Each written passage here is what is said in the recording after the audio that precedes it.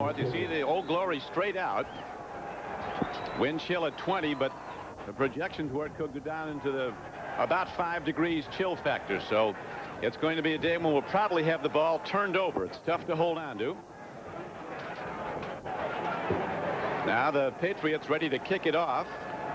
This is Charlie Bauman, their place kicker, in for the injured Jason Starofsky.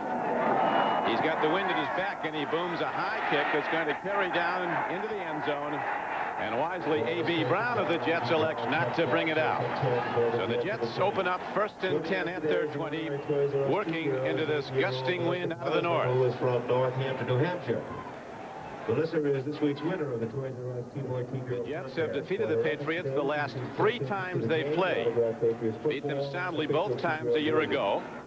Here's Jerry Austin, our referee. Number 91 was offside on the kickoff. The penalty is refused. 1st and 10 on the 20.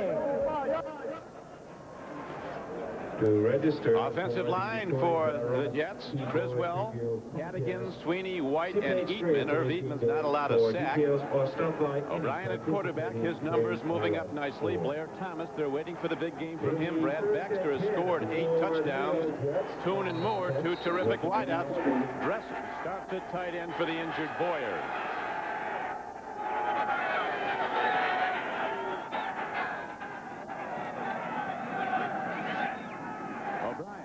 Airing it out on 1st down and throwing a fastball into that wind, and it tails on him and takes off. Ronnie Lepet was covering on the play. Al Toon was the intended receiver. Front 7 for the Patriots. This is a good defense, despite what you may have heard about the Patriots. Agnew, Goad, and Williams across the front. Tippett's having a terrific year. Lockhart at inside backer. Vincent Brown, they call him the Undertaker. He buries people. And Singleton starts at the outside backer position. Ronnie Lepet and Maurice Hurst are the corners. Colin, a rookie, and Gordon are the safeties. This is the weak area of the New England defense, the secondary. O'Brien goes to the run on 2nd and 10, and Baxter is slammed down at the 17-yard line. A loss on the play of 3 yards. Ray Agnew, number 92, a second-year player, was in there to make the first hit. Well, Andre Tippett told us that they thought that they could stop the Jets from running the ball, and with that last play, they showed that they can very well do that so far. But one of the things they want to do, they wanted to force Ken O'Brien into being a drop-back passer. They felt like that was the way they could win this football game, by forcing O'Brien to throw the ball. Extra defensive backs in the game now for New England. As O'Brien on 3rd and 13 stands in, lofts the long ball downfield, not close. For the diving Chris Burkett at the 47-yard line. So the Jets offense 3 downs and out. And now Aguiar has to come out and punt it into a wind that you could almost foul one off here about thinking back over your own head. That's right. We were watching in the warm-ups. Boy, they kicked a couple of them up that just started blowing back the other way. So this is a tough situation for Aguiar. I think it's very important to kick a spiral. And anytime that ball gets to rotating a little bit oblong, it's going to blow back the other way. Jerome Henderson is the man back to return. It's an end-over-end kick. Henderson's going to let it bounce, takes a jet hop, and is picked up on the run. Here is Henderson turning upfield and across midfield. And so the Patriots offense starts 1st and 10 on the Jet side of the 50. Pat Kelly ran the return man Henderson out of bounds. They run the ball on offense. Patriots. 39-yard punt. They'll be working. Personal foul. Let him get out of bounds. 15 yards. 1st down. Man, that hurts. Jets off to a poor start with a personal foul.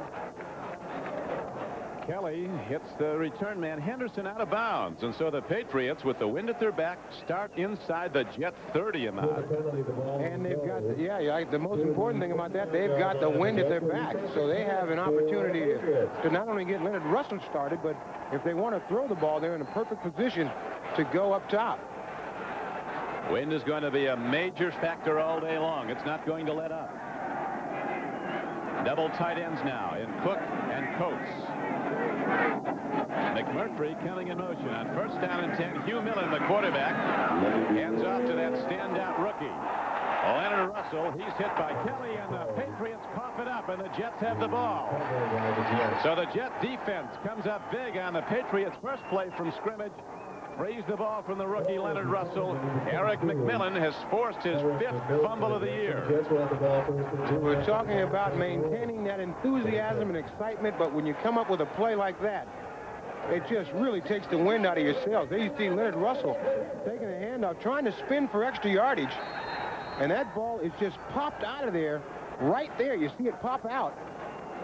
And Eric McMillan, who was always around the ball, comes up with it one more time. By Kelly, 58, might have got the first stick. Leonard Russell takes the turn. All of a sudden, there's the ball popping out. Eric McMillan picks it up. Now to live action. Jets try to run again, and the Patriots, a play fake and a beauty as the whole Patriot defense and this announcer bought the fake. And then the ball is drilled out on the flat and completed to Rob Moore. The Patriots were talking about their admiration of Ken O'Brien's ability to play fake, to fake the ball to a runner and then drop and throw. One of the most important things about running any type of underneath pattern is you got to always make the defender think that you're going deep. And if you watch Rob Moore here, watch him just turn around. There he turns around and stops, loses his footing, and Moore comes up with a great catch. Great pattern. And we must say they just put this field down. It's only been down for the last 5 days. But you notice Hurst was the only one who slipped. Yeah, it's a brand new field, just laid down out natural turf on Tuesday. Here's a run, and quickly Blair Thomas, trying to cut back, is knocked down by Brent Williams at the 45-yard line. So the Jets' initial offense was nothing at all. A run that lost 3, 2 incomplete passes, and a punt. And then on the first carry from scrimmage, Leonard Russell is free to the ball by Joe Kelly. McMillan comes up with it. Now the Jets have the ball at their 44-yard line. The Patriots come in with a 27th rated pass defense in the NFL. Number 67 and number 75, 5 yards. Still second down. White and Eatman, Ahmad, the right side of the offensive line moved early. And a big right side of the offensive line. You see them both clinch right there, and then picked up by the linesman. When we met with Jets coach Bruce Cosell yesterday, he was quite optimistic that the Jets could light up this Patriots secondary. New England rated 27th in the league after last week's game against the pass. And here's O'Brien looking to throw again. Another open man. This time Al Toon catches the ball and carries it out to the 49-yard line. You have to respect the deep speed so much of these wide receivers like Al Toon and Rob Moore that you've got to play back off of them. And when you do that, you give up that little stop pattern right there. And one of the things about Toon, he has such good running ability after he catches the ball that he can turn a little 8-yard stop pattern like that into a big gainer. One thing that Toon has not done is get into the end zone. I talked to him, reminding him before the game today that, Al, you haven't been in the end zone lately. He said, I think I may get in today. Caught a lot of balls, 46 catches, but none for touchdowns. It's third down, and the Jets need 4. Blair Thomas cut to the outside, and Thomas is going to be cut down just short of where he had to go. He had to get down to the 46-yard line, and he got to about the 47. Tim Gordon, an extra defensive back, 41, knocked him down. Blair Thomas coming off the field, the number 2 pick in the entire draft a year ago. He has not scored a touchdown yet this year for the Jets. A yard to go. Blair Thomas with a couple of opportunities to turn that ball up inside, and I'm sure that's what his running back coach is telling me there. When you only have 4 yards to go, you can't go side to side. You got to turn that ball upfield. Irving Fryer is back now, awaiting Aguilar's punt. There's Fryer, who still has the ability to break at the distance. Punt hit high in the air, and it's completely stopped by the wind, and Fryer fair catches the ball at his 20. And the Patriots offense comes out looking to do better after turning it over on the first play from scrimmage. Patriots, their second possession, no score in the first quarter. Russell right back to the money, the big guy who fumbled his first trip. Doesn't fumble, but doesn't gain anything either as the Jets string it out nicely. Jeff Lageman having a very strong year at right end, 56. Patriots high in their praise of Lageman as a sending star. There's the offensive line of the Patriots. Armstrong has been a Pro Bowler at left tackle. Harlow is a terrific first-round draft choice from Southern California. He's really been good. Millen, the quarterback, getting better week by week. Ivy Joe Hunter blocks. Leonard Russell runs it. Fryer and McMurtry, the wideouts. Marv Cook, the tight end, comes in with 49 receptions. On second down and 10, isn't a whole lot for Leonard Russell as Scott Mercereau makes the stop for the Jets, number 94. We look at the Jets across their defensive front. Marvin Washington, Scott Mercereau, Dennis Byrd, and Lageman, who has 6 sacks. Mo Lewis has been the best of the Jet draft choices, playing an outstanding game at outside backer, a 4th-round pick. 3rd round actually from Georgia. Their cornerbacks, Brim, James Hasty, Brian Washington, and Eric McMillan in the secondary. Now John Stevens is in the backfield. He's had very limited playing time. A former standout runner, a Pro Bowler at one time, and here comes Stevens with blockers in front of him. Look at Harlow. Kick out and knock back the strong safety, Brian Washington. R.J. Coors was the man who made the stop, 25. But the Patriots are short of the first down. It's going to be 4th down and 5. Boy, with the Leonard Russell and John Stevens, they got one whale of a 1-2 punch right there, but they've got some players on this football team. They just got to, they need a win to just get over the hump, to make everything worth doing. They put in the work ethic. They've done everything. They just haven't won any games. As Dick McPherson, their coach, told us yesterday, he said, our guys work hard. They play hard. They've got to see results, though. This is a critical point in the season for us, too. Sean McCarthy hits the punt downfield with the wind at his back. He booms one. Ready to run it back. Terrence Mathis weaving his way, but finally the Patriots bring him down at the 23-yard line. Tony Zachary, number 25, on the tackle. Zachary was on the tackle for the Patriots. With no score, the Jets ready to go on offense again. Wide receiver. Right now, the Jets on offense, 1st down and 10. Pitch back. Goes to Blair Thomas, and he turns it up out to the 24-yard line. Thomas, with just 2 100-yard rushing games in his career so far with the Jets, was stopped by the inside backers Lockhart and Vincent Brown. As we take a look at the ITT 10-minute ticker. Denver with a field goal by Treadwell goes in front of Kansas City, the Chiefs' favorite at home. Washington on a touchdown run by Riggs up on the Steelers. Not much happening elsewhere. 2nd down and 8 for Ken O'Brien and the Jets. Throws off and over the middle. Blair Thomas coming out of the backfield gets it and goes to the 30-yard line. And that'll bring up 3rd down and 3, tackled by Eugene Lockhart. And O'Brien initially was looking downfield for Rob Moore. Rob Moore was covered, and he brings the ball back and fires it over to Blair Thomas. Good work by Ken O'Brien, finding the open receiver. O'Brien career is 5-7 against the Patriots as a starter. He comes in with 6 touchdown throws, 5 interceptions, high percentage completion as usual, 62%. Patriots have been vulnerable to 3rd down conversions. Opponents succeeding almost half the time. Baxter runs. Might have gotten there. The spot's everything. That's one of those plays where you just have to find a crack, get up in there and try to move the entire pile. There's not going to be a hole there. You just got to move everybody there to try to get that 1st down. Big Freddie Smirlis, number 76, a 13-year veteran who's from nearby Waltham, longtime Buffalo Bill. Then he went out as a plan B for big money to the 49ers. Now he's back in his home area playing for the Patriots. I asked him yesterday how long he's going to play. As long as they'll send the checks, he said, I'll be out there. Freddie, like Lageman of the Jets, a motorcycle man. He will tour the country on that Harley. He is one of the free spirits in the National Football League and a fun guy to talk to, to say the least. Jets get the 1st down. Baxter runs the ball. Yards come tough, but he does get some. Working behind the right side, those big people. The road grader, Dwayne White, at 312 pounds, and Irv Eatman. And again, the inside backers, Lockhart and Brown, were the tacklers for the Patriots.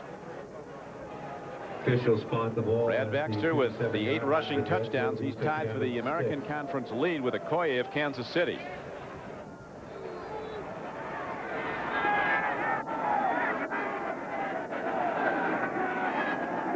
Second down and 6 for the Jets.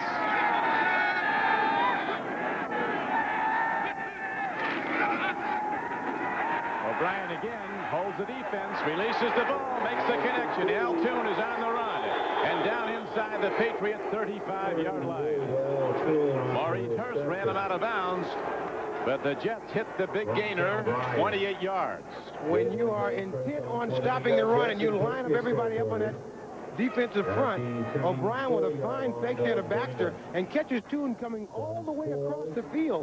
That's one of those routes where he's running away from Maurice Hurst, who was covering on the right side of the field. You just take advantage of a guy like Toon's speed and range and let him come all the way across the defense, and hopefully you get the time to deliver the ball, and O'Brien had that. Toon building up his numbers. 48 catches. He's averaged 70 catches his previous years in the league, previous 6 seasons. Quick out on the hitch. Rob Moore is on the run, and he's inside the 30-yard line down to the 29 where Maurice Hurst knocks him down. Rob Moore was an All-American player for Patriots coach Dick McPherson at Syracuse. McPherson with just lavishing praise on him, but Moore's not buying it. He said, I don't read that stuff. I know the coach Mac too well. No, but, you know, I have no reason, no ulterior motive, but this kid is one of the best receivers that I have ever seen come into the league. He has range, speed, graceful, great hands, and that's a great play on first down. You got a big receiver like that, just pick it up and fire it to him. Blair Thomas runs on second down and 5, short 5, and Smerlis stops him. O'Brien throwing the ball into the wind very effectively. He's now hit 5 of 7 for 64 yards. And even though they came in here wanting to run the ball, I think knowing that the weakness of New England was their defensive secondary, you got to take advantage of. Even if you have a running football team, you got receivers like Toon and Moore, you got to throw the ball, especially on this defense. Bruce Coslett, who was the offensive coordinator for 7 years at Cincinnati, 3 times he had the #1 offense. O'Brien's hit his last 5 throws. 3rd and 3. First down Jets. Al Toon is down to the 14-yard line, where Lockhart brings him down. So against all odds and the elements, that gusting wind, O'Brien has hit 6 straight throws, the last for 13 yards. And Al Toon playing inside, working on a linebacker, just loops around the linebacker, finds the open spot, and he's so big and rangy, he's able to come up with the catch. Al Toon out there setting records, Ahmad. Yes, 87 consecutive game. He's caught at least 1 pass, and that is a new Jets record. But Al Toon, almost like a basketball player is what that's about. When you line up close to the tight end, you just find an open spot and bounce off a guy, and you're wide open. No difference in that and rebounding, except you get tackled after you catch the ball in football. Toon has had big days the last 2 weeks, 14 receptions the last 2 games. Now the Jets go on first down to Brad Baxter. And Garen Ferris, number 90, makes the tackle for the Patriots. By David Howard. As the Jets, who grade way up there in all offensive categories, are down close in scoring range. Leahy, their usually reliable place kicker, has missed 9 this year. He's 21 of 30 is Pat Leahy. Second down and 7. Jets, this is where the Jets start to have a little problems once they get into this area. They have dominated teams in time of possession. Once they get down in this area, they've had problems getting into the end zone. 2nd and 7. O'Brien running out of time. An errant throw and 3rd down arises. The intended receiver was Brad Baxter. Lafette was covering. The Jets have been particularly effective, though, Ahmad, in the first quarter. They certainly have, outscoring their opponents 44-12. You'll see O'Brien here, and the pass people have said he's not very mobile. Here, steps out of the pocket and still fires it out. He's doing a lot better in terms of avoiding pressure and still being able to throw the ball downfield. I think when he first came in the league, he would take a lot of sacks. The Jets have cut way down on sacks. He's been a tough guy to get this year. 3rd and 7 in this scoreless game. Throw, tip ball, Catch by Toon, but the Jets will have to send their field goal unit out as the gain is good for only 3 yards. Jerome Henderson made the hard stick on Toon, who somehow managed to come down with the ball. But the key to this route, you want to run the route long enough that when you catch the ball, you have the first down. Even had he caught it the first time and gotten tackled, he wouldn't have had the first down. And very fortunate there that they didn't get an interception on that play. Anytime you knock the ball up, it usually goes the other way. Play fake, and they try it into the end zone. A sad-looking attempt, but there's a penalty marker down. A foul is on the Patriots, and the Jets will have it first and goal. They try a trick play. It appeared, Don, that the foul may be on Al Toon, who was trying to prevent. That'll be interesting. Yeah, prevent the defender to get from getting the interception. It looked like he was holding him back. Oh my gosh! That's not what it looked like to me. Maurice Hurst. Toon having a big day. He's already caught 4 for 53 yards. Looks like they threw this play up in the dirt. If you watch Al Toon here now, I guess maybe that's the pass interference right there. So the Jets, after failing miserably on the throw, get a big break. The interference call goes against the Patriots, and the Jets go first and goal from the 1-yard line. Baxter. Andre Tippett, 56, makes the hit. He's the guy that said the Jets think they can play smash-mouth football and run the ball on us. We think we can stop it. They did there, but the Jets with still 3 downs to get it in. And Coach Mack says, this is our leader, Andre Tippett. Everybody does as Andre does, and I have not seen Andre in this good a mood as we saw him yesterday in 7 or 8 years. I mean, just like a young rookie in there. What really galls him is people congratulating the Patriots on being close. He said, we're not out there to play close. Going to be close. Jets might have it in. A no touchdown signal.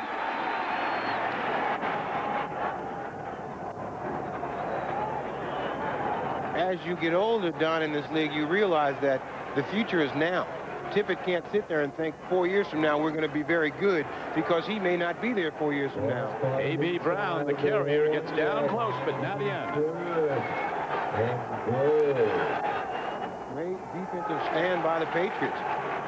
Agnew, Tippett, and the rookie safety Harry Colin were on the stop. Now 3rd and goal from less than a yard away. Bang! Jets are in. A.B. Brown, his first touchdown. Only his 2nd carry. Very nice drive by the New York Jets. They were helped out with that pass interference penalty in the end zone, but they finally put it in for 6 points. Once again, you see the left side of the Jet line just holding their own. A.B. Brown picking a hole and gets in the end zone before he's even touched. Excellent play by the Jets.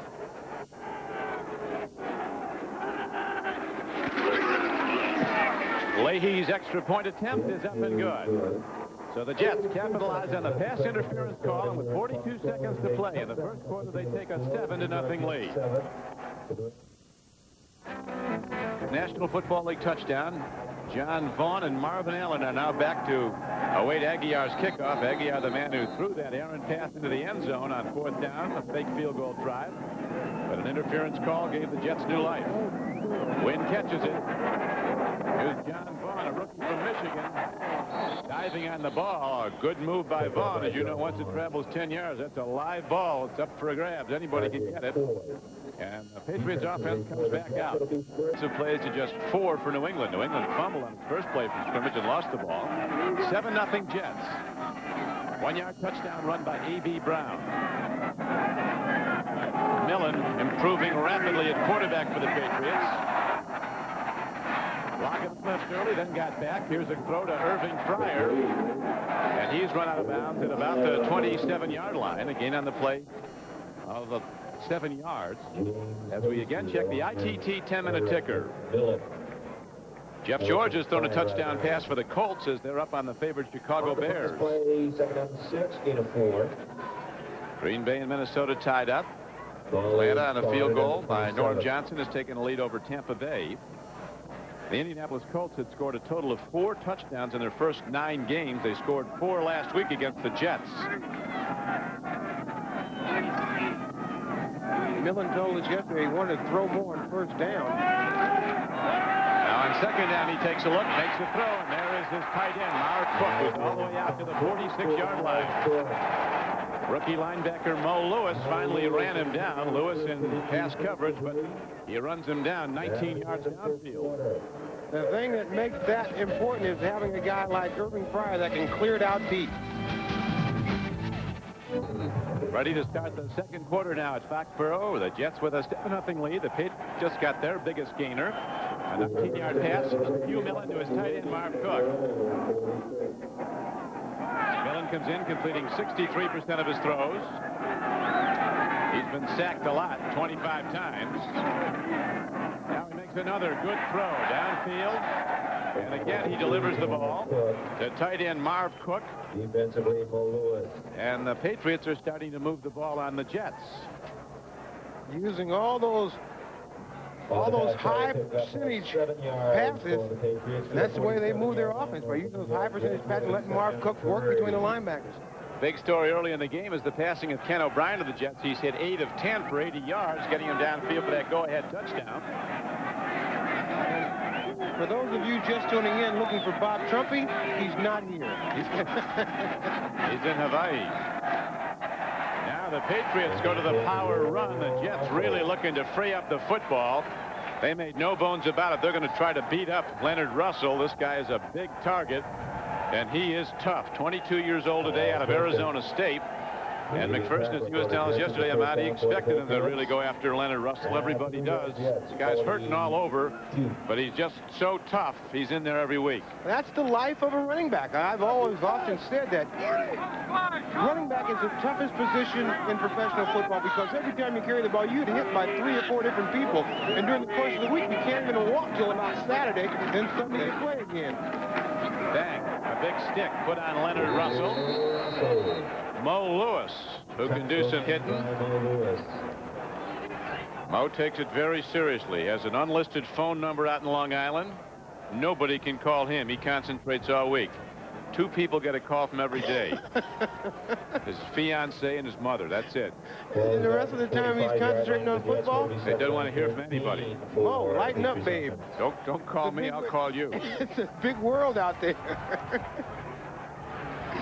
He's been some draft choice. Outstanding. He got the job right in training camp. Has started every step of the way. Millen sacked by Lagerman, and now a penalty marker comes in from way back. The back judge fired one in from 50 yards off the play. Mo Lewis appeared to have hit Cook after he was downfield. The sack, a 10-yard loss. But this might all be negated. Illegal contact, number 57 of the defense. Good call. It was indeed Mo Lewis. Oh, the concentrating Mo Lewis wasn't concentrating on that one. But Lagerman, who had told us yesterday that he had a lot of new pass rushing techniques that he had been working on, obviously one of them worked. It went for naught, but still he's becoming a better pass rusher every single week. But his 7th pass, sack of the season, is off the board now. He had it for a moment, but it's taken away by a penalty. It's first down Patriots. Russell turns in, turns out, and goes down for a loss of a yard on the play. Lewis comes back and gets him. Millen also throwing the ball well, although he hasn't thrown it often. Yeah, he's perfect. 3 for 3 for 30 yards. And the way they have been unsuccessful running the ball, he's going to have to throw the ball a lot more for them to get down the field. Leonard Russell, when you first look up here, you say, well, wait a minute, Leonard Russell, whatever happened to John Stevens? He's here, but Leonard Russell has beaten him out. And John Stevens, one of the best backs in the league. On 2nd and 10, here comes the big rush. They screen it. And running high with the ball is Russell. Excellent defense by the Jets. They gave the full rush, and yet we're ready for the screen. Dick Corey, the Patriots offensive coordinator, telling us yesterday that we're going to try to offset all that front seven speed and pass rush by screens and draws. And here you see the screen here. Millen letting the line come in, then firing it out to Russell, who catches it one-handed. Now watch Hasty come up and put the hit on Russell. Excellent play by James Hasty. Stopped for no gain. And that brings up third down. And in this quarter, it's the Patriots working into that strong north wind. John Stevens in the backfield. As Millen, a big quarterback, 6'5", 220, out of the University of Washington, sets in the gun. Penalty markers down. Penalty markers are dropped for the play. Bruce Armstrong, the left tackle, looked like he might have set in pass blocking before the snap, 78. Before the snap, number 78, full start, 5 yards. It's still third down. You watch the center of the line, you'll see the movement by Armstrong. There it is right there. Obviously, he thought it was on 2 and it was on 3. That'll make a third down and 15. These things happen in this They game. do happen. Does Bruce Cosler have Mo Lewis's number? Oh, no, I don't think anybody does. He will call you if he needs to talk to you. And he doesn't need to talk to anybody but his fiancé and his parents. Millen fires. Whoa, what a play by McMurtry. Greg McMurtry, who was an All-American baseball player at Michigan, dives at the ball, a 15-yard gain. The spot is going to be a foot short of the first down. An excellent throw here by Millen. He puts it where only McMurtry can catch it. He lays out. Did that ball come out of there? Looked like it came out of there and bounced back up to him. Whatever's fair. Now they're going to take a look, it looks like. Yeah, that ball looked like it bounced out of there. McPherson's from Maine. That's quite apparent because he's like a polar bear out there. He likes this weather. And we're talking about chill factors down in the teens at least. 45-second clock at 19. Of course, he's not just standing there. He's moving around, keeping himself warm. I look at him and I think about my coach, Bud Grant. What a difference. Bud never moved. Half the time he was frozen stiff standing out there. I think that's what it was. They are reviewing the play. Tomczak has thrown to Charles Wilson for a Packer touchdown. Watch the ball. It looks like it's caught now. Now watch it come out between his feet, hit the ground, and came up. I don't think that's a catch. That ball came out of there. Packers lead the Vikings 14-7. Bears have tied up the Colts 7-all on a Harbaugh touchdown run. There's a difference between the two coaches on these two sidelines. Bruce Cosler, very cool and calculated. Well, they said about it was particularly a jolt when McPherson came in with his unabated enthusiasm because they had Rod Rust here last year, who makes the quiet man look boisterous, and then they had before him they had Raymond Berry, who had very little to say also. Yeah, they went from Rod Rust, who was a mummy on the sideline, to Coach Mack, who is excited, and all the guys say it's genuine. You know, if it's not genuine, then you don't buy it. But if it's genuine, hey, the guy enjoys being in this business. So like take what you said. can. Yeah, Tippett's saying we got to keep him quiet during the week, and then we let him go on Sunday. But he'd be blowing the lid off all week. But as you say, Matt, it is legit. They like it.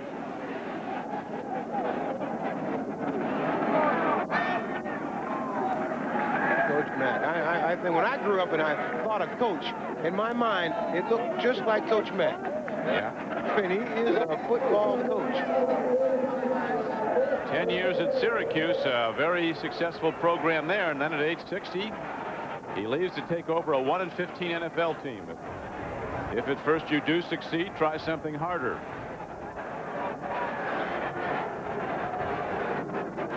The officials are having a problem trying to figure out where to spot the ball.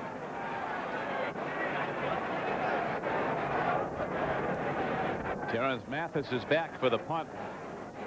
But in due course it comes as McCarthy standing back at his 41-yard line. And in case they do need a little help, we could go to our replay and figure out where the ball was. McCarthy will hit it into the wind. It's tough to get any distance. It's equally tough to field it for number 81 you're looking at, Terrence Mathis. High punt. The wind stops it. And the ball is down smartly by Marvin Allen at the 6-yard line. 40-yard punt, and as you see, no return. Yet start off on offense when we come back. Greg Robinson of the Jets working on technique with his pass rushers. Right now the Jets offense is on the field. Jets leading at 7-0. First and 10 at the 6-yard line. O'Brien fires hard and makes the connection out to the 17-yard line. Rob Moore makes the catch and is quickly hit by Vincent Brown, but it's an 11-yard New York gain. The Patriots told us yesterday that they wanted to force O'Brien into being a drop-back passer, but when O'Brien has time, he is one of the more accurate passers in the league. You see him here just stick this ball right between two people to Rob Moore. Excellent play by the entire Jet offense. They gave the quarterback time, he delivered the ball, and it was caught.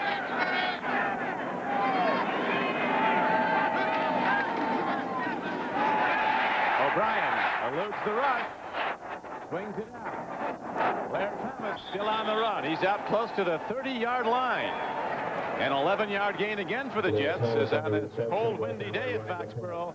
O'Brien mixing his play calling and effective with virtually everything he executes. I think they've so far had 12 passes and 10 runs, but you'll also see O'Brien elude a defender and still looking downfield. It's one thing to scramble around, but good quarterbacks keep looking down the field to try to find an open receiver, and O'Brien finds Blair Thomas wide open. And a smart play by Blair Thomas. He saw his quarterback in trouble and scrambling. He came back to him and then turned it upfield for a first down gain. Baxter protects the ball with both arms as he hits on a first down carry for a 4-yard gain out to the 32. As we check the Budweiser 10-minute ticker. Andre Tippett and Vincent Brown were on the last tackle. 33, it'll be 2nd and 5, Jets.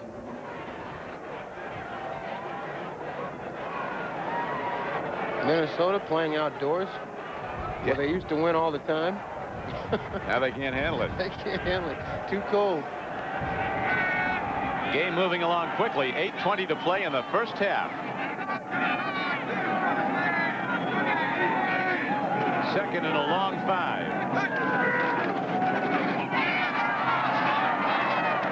Baxter runs hard.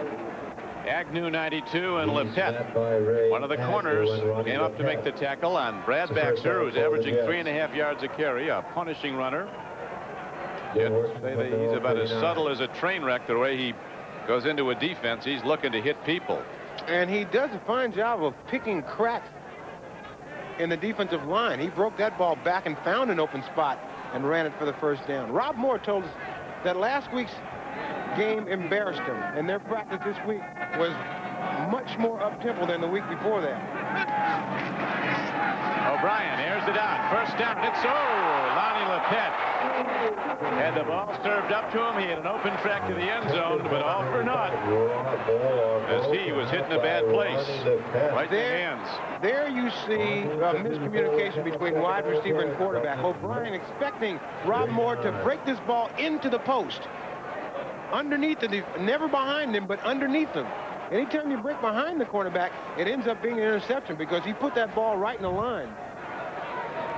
You see O'Brien expecting that cut underneath the defensive back, doesn't get it, and it almost goes the other way.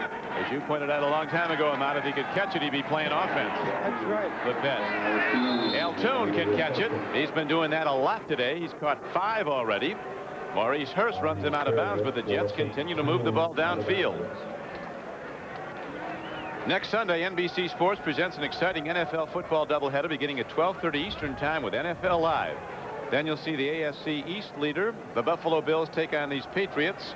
The two teams met 2 weeks ago in Foxborough. The Bills had to hold off a late Patriot charge for a 22-17 win. In the second game of the doubleheader, some will see the Chargers meet the Jets, others the Dolphins against the Bears. Check your local listings next Sunday on NBC. Ken O'Brien on third and less than a yard. Takes it himself, and he's ahead for a first down. It's interesting how the Jets use Al Toon in their offense. They use him. I mean, a 5 or 6 yard pass, I guess, is as good as a run. Tarkenton used to always say that to me. You know, what's the difference if I run it for 5 yards or we throw a little quick 5, 6 yard pass? And Toon, being the possession receiver that he is excellent at those little short routes. The only thing that I'm sure he would like to do more is get into the end zone. Markers down all over before the snap of the ball.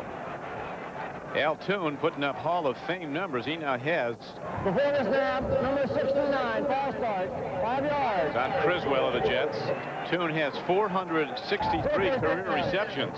That's a lot.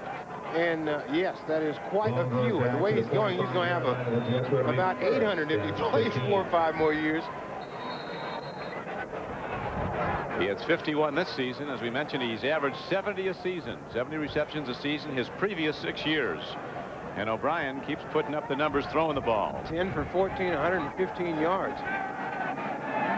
7-0 Jets on a short touchdown burst by A.B. Brown.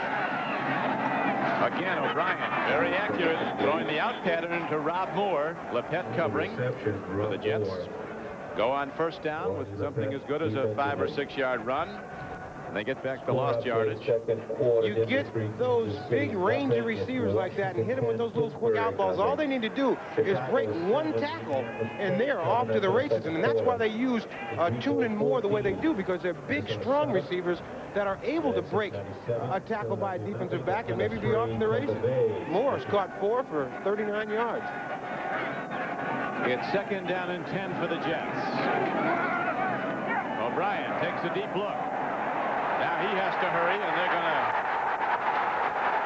This is a serious problem for Ken O'Brien, as he does well to release the ball and save a sack loss, which would have been almost 25 yards. Johnny Hector was somewhere in the vicinity of where he threw the ball and legally grounded it. Ken O'Brien has improved so much in this area of his game. I mean, in the past, this would have been a sack. But you see him looking downfield, trying to find a receiver, can't find one. Nice move here. Now he goes into this little snake run to try to get away from these big defensive backs, and he's able to at least get rid of the ball. Yeah, that was a good job by O'Brien, getting rid of the ball and throwing it where no one else could catch it. Jets with 3rd and 10. Bang. Blair Thomas is blasted by Tim Gordon, well short of a first down, and the Jets will have to punt it. That was an open field tackle. Yeah. And those are the hardest kind. Tim Gordon passing out headaches out there. Certainly did. He did not hesitate to come up and What a stick. and put that stick on. Here's Aguiar. Failed as a passer today. But in a sense, he was very successful because they got the interference call that led to 1st and goal on a fake field goal. And then A.B. Brown scored. A high punt up in the air by Aguiar. Irving Fryer back. He's not going to go touch that. And the Jets can't save it. Burkett was down, but it took a quick hop into the end zone. 45-yard punt, but 20 comes off on the touchback. 25 net. Patriots get it at the moment.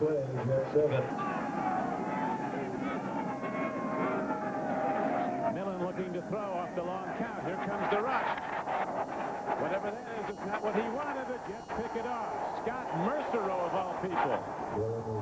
And Jeff Lagerman is the man responsible for that interception.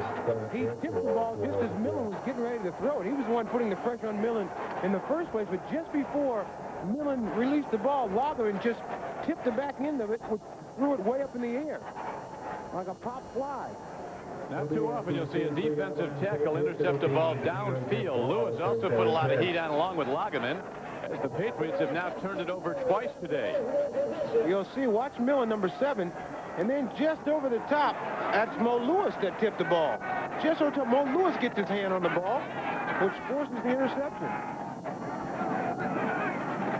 I'll have to call Mo and tell him I made a mistake. except I don't have his number. And aren't likely to get it. Blair Thomas runs it inside the 30 down to the 28. They're running off the right side. Wayne White, 312 pounds, the road grader moving people out.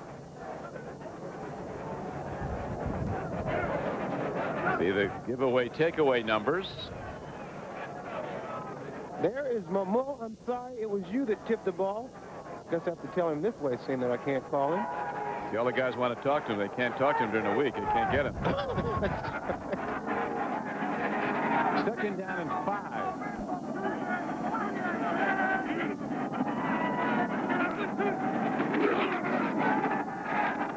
O'Brien fires.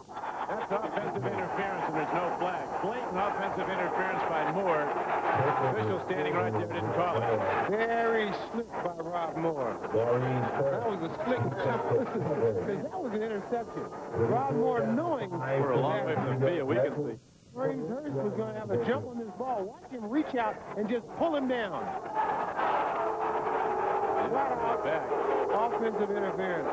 And there you see an official standing right in front. O'Brien now 12 of 18 throwing the ball for 125 yards.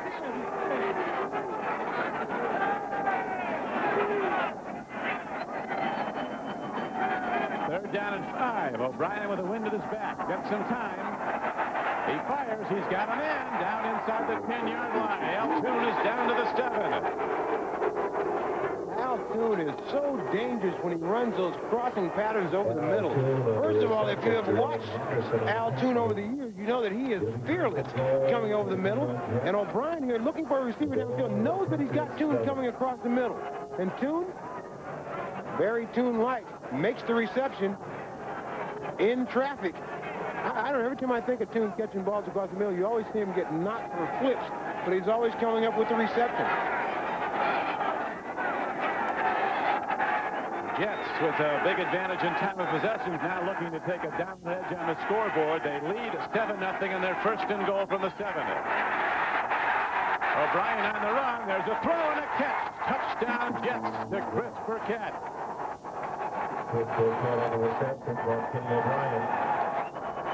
And O'Brien with his 7th touchdown throw of the year. The 4th touchdown reception by Burkett. The book on O'Brien when he came into the lead that he could not move around. He was not mobile. You watch him here, scramble around, and still looking downfield for a receiver, finds Chris Burkett. Excellent play by him. Not only Burkett, as you see him run the fade pattern, and then break it back inside. O'Brien puts it right there. Great play by those two players. Cat Leahy ready to try the point after. He nails it. And with 2:37 to go in the first half, the Jets have taken command of A.B. Brown touchdown run of a yard, and now the touchdown pass. O'Brien to Burkett is 14-0 Jets. Last week against the Colts, the Jets have really looked sharp today, particularly number 7, Ken O'Brien, hitting receivers all over the field. His last throw to Burkett for a touchdown from 22 yards out. Now Aguiar kicks off. One hopper downfield. It's picked up. Running with the ball is John Vaughn. He can break it. And Vaughn, the All-American a season ago at Michigan, is out to the 32-yard line. A.B. Brown was the special teams tackler for the Jets. To the 32-yard line, where it'll be first and 10. 4 yards rushing. And they're changing horses now. They're taking big Leonard Russell, who the Jets have targeted and have blasted, and they put in some speed in John Vaughn. They need some kind of a breakaway runner badly. We saw him break a 99-yard kickoff return at Phoenix earlier this year. Here's John Vaughn turning it outside. And instead of going off tackle, they bounce it to the outside, and John Vaughn's ahead for a gain of about 6 yards. Now we're going to go to NFL Live in New York, and Bob Costas. Bob? All right, Don, the big one at Arrowhead. Atop the AFC West are the Broncos and the Chiefs, each at 7-3. Here is Gaston Green, the former Ram, with a big run. This is why Bobby Humphrey can't get back into the lineup these days for the Broncos. 60 yards for Green and the touchdown. Broncos reclaim the lead at KC, 10-7. And Ahmad, welcome back to the NFL.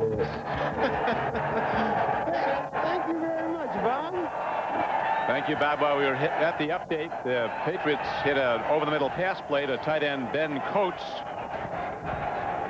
And now we're down to the 2-minute warning. 1:59 to play as a Jet is at 10-2. Shaken up on the play was Dennis Byrd. The game. He'll be in the emergency room in about an hour. I've never understood why people do that.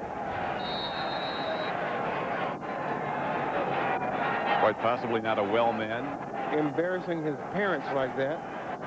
Michael Timpson's in the game now. A fleet wide receiver.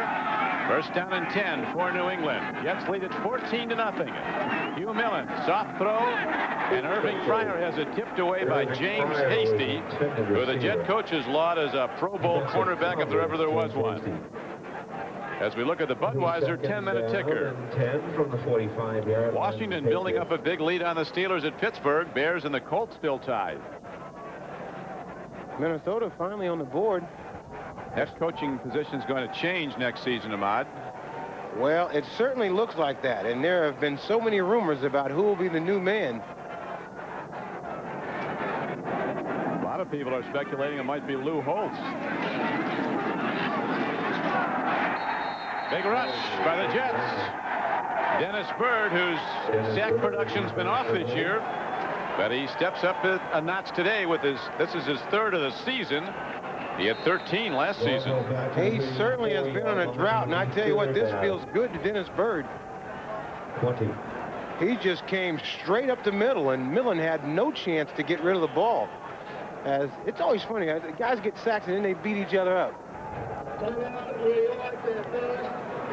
So the Jets, after losing to the Colts, come out today and look every bit a playoff team, although it's going to be a long road for them with some tough road games for the Jets. They have still have to go to Buffalo, to Miami, have to go to Detroit over the last 6 weeks. Doesn't get any easier, but if you're a playoff team, you have to beat those kinds of teams. Otherwise, you just barely get in the playoffs and you get beat the first round. I think that you just need to gain momentum and not really worry about, have the teams that you have to play worry about you rather than you worry about them, if you're a legitimate playoff team. Coming up shortly, the Domino's Pizza NFL halftime report with Bob, Bill, and O.J.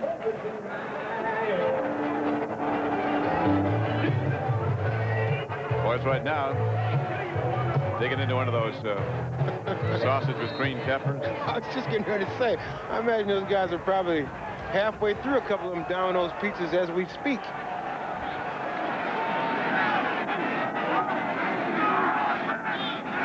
Third down and 21 for the Patriots.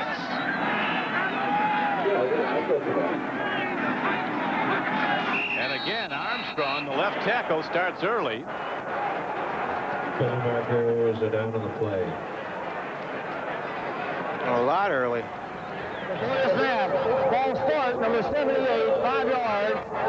Still third down. I mentioned earlier that in the National Football League, teams' intensity is always the same, whether it's a good team or a bad team. It's just that the bad teams don't win because they make too many mistakes. It's different from in college. Bad teams, they don't even play well or play hard. At this level, everybody plays hard. It's the ones that don't make the mistakes that win. And this is a veteran who's been to the Pro Bowl, Bruce Armstrong, who's committed that same foul twice. Here's a throw to an open Mar Cook. The big tight end on the run on 3rd and 26. He got back about 18, but not enough, and the Patriots have to punt it with 1:30 to go in the first half. Jets calling a timeout to get as much time as they can muster for a final drive. Mathis with the gloves on, ready to run back the punt. And ready to hit it into the wind is lanky Sean McCarthy from Purdue. Jets had the all-out rush on, almost got to it. Ball takes a Patriot roll, and it'll be down at the 18-yard line. So Ken O'Brien, who's been hot on this cold day with a minute and 20 seconds left to play in the first half, gets set to lead the offense out, getting some final counsel from Coach Kozlitz. A 36-yard punt by McCarthy. O'Brien really impressive here today, not so much with his passing accuracy, but his mobility. Yeah, he's moved around well. Because the Patriots felt like if they could just force them force him to being a drop-back passer, they had a chance to win the game. That has not been the case. He has been so effective as a drop-back passer today.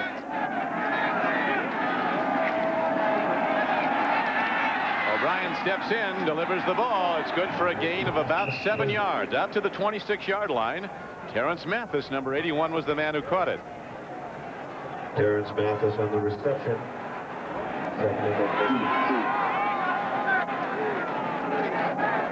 A minute to play, another throw, and yet another catch by Mathis. This on a quick hit to the near sideline.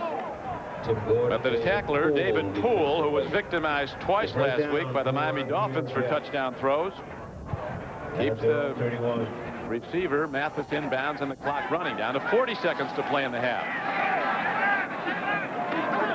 Timeout! And O'Brien doing an excellent job of bringing his team down the field. Mathis again. Washington on the spot. 33 seconds to go in the first half. The Jets with a timeout. Beat him here at Foxborough. Meanwhile, in the stands, the beat goes on. The Conehead is alive and well. Can we have a shot of him in the fourth quarter before they put him on that stretcher? At the 41-yard line. What's that the Vikings used to say to each other on Coach Grant? Don't go to sleep out here. It's Get real cold, and we'd be out practicing way too long, and everybody start talking about whatever you do, don't go to sleep.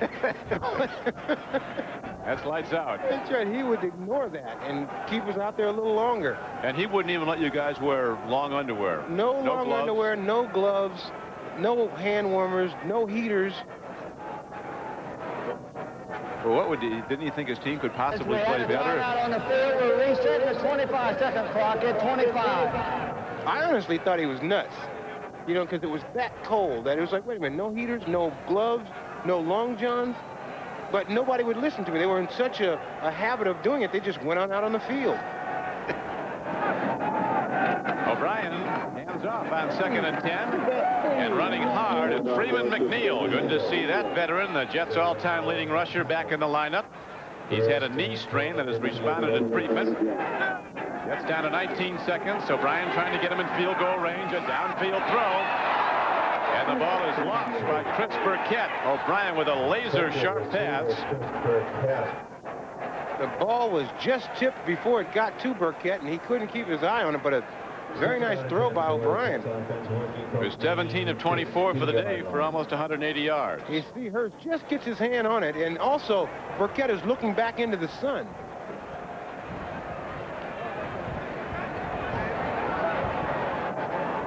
There's Maurice Hurst as O'Brien now sets up with 14 seconds to play. So they need a deep throw to get in field goal range. They do have a strong wind at Pat Leahy's back if they send him out. Well done by the Jets as Rob Moore comes back at the ball at the 34-yard line. Be a 51-yard field goal attempt. Good work by Rob Moore for that 16-yard reception. Even though they're playing, what New England wants to do is not give up the big bomb. But in doing that, trying to prevent the touchdown, they give up these 16, 18-yard catches, which brings the Jets down into field goal range. You think New England will be watching for the fake kick? Well, hey, you just said something, because the holder's O'Brien. Normally the holder, Aguiar, is. Aguiar's going to actually kick it now, so O'Brien's going to hold. Aguiar's the kickoff man. He's more long range than Pat Leahy. He hits it. He's got the accuracy and the distance. Penalty markers down.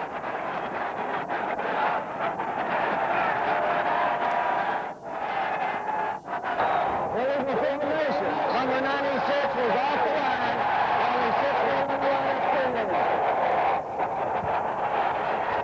5-yard penalty. Repeat the down.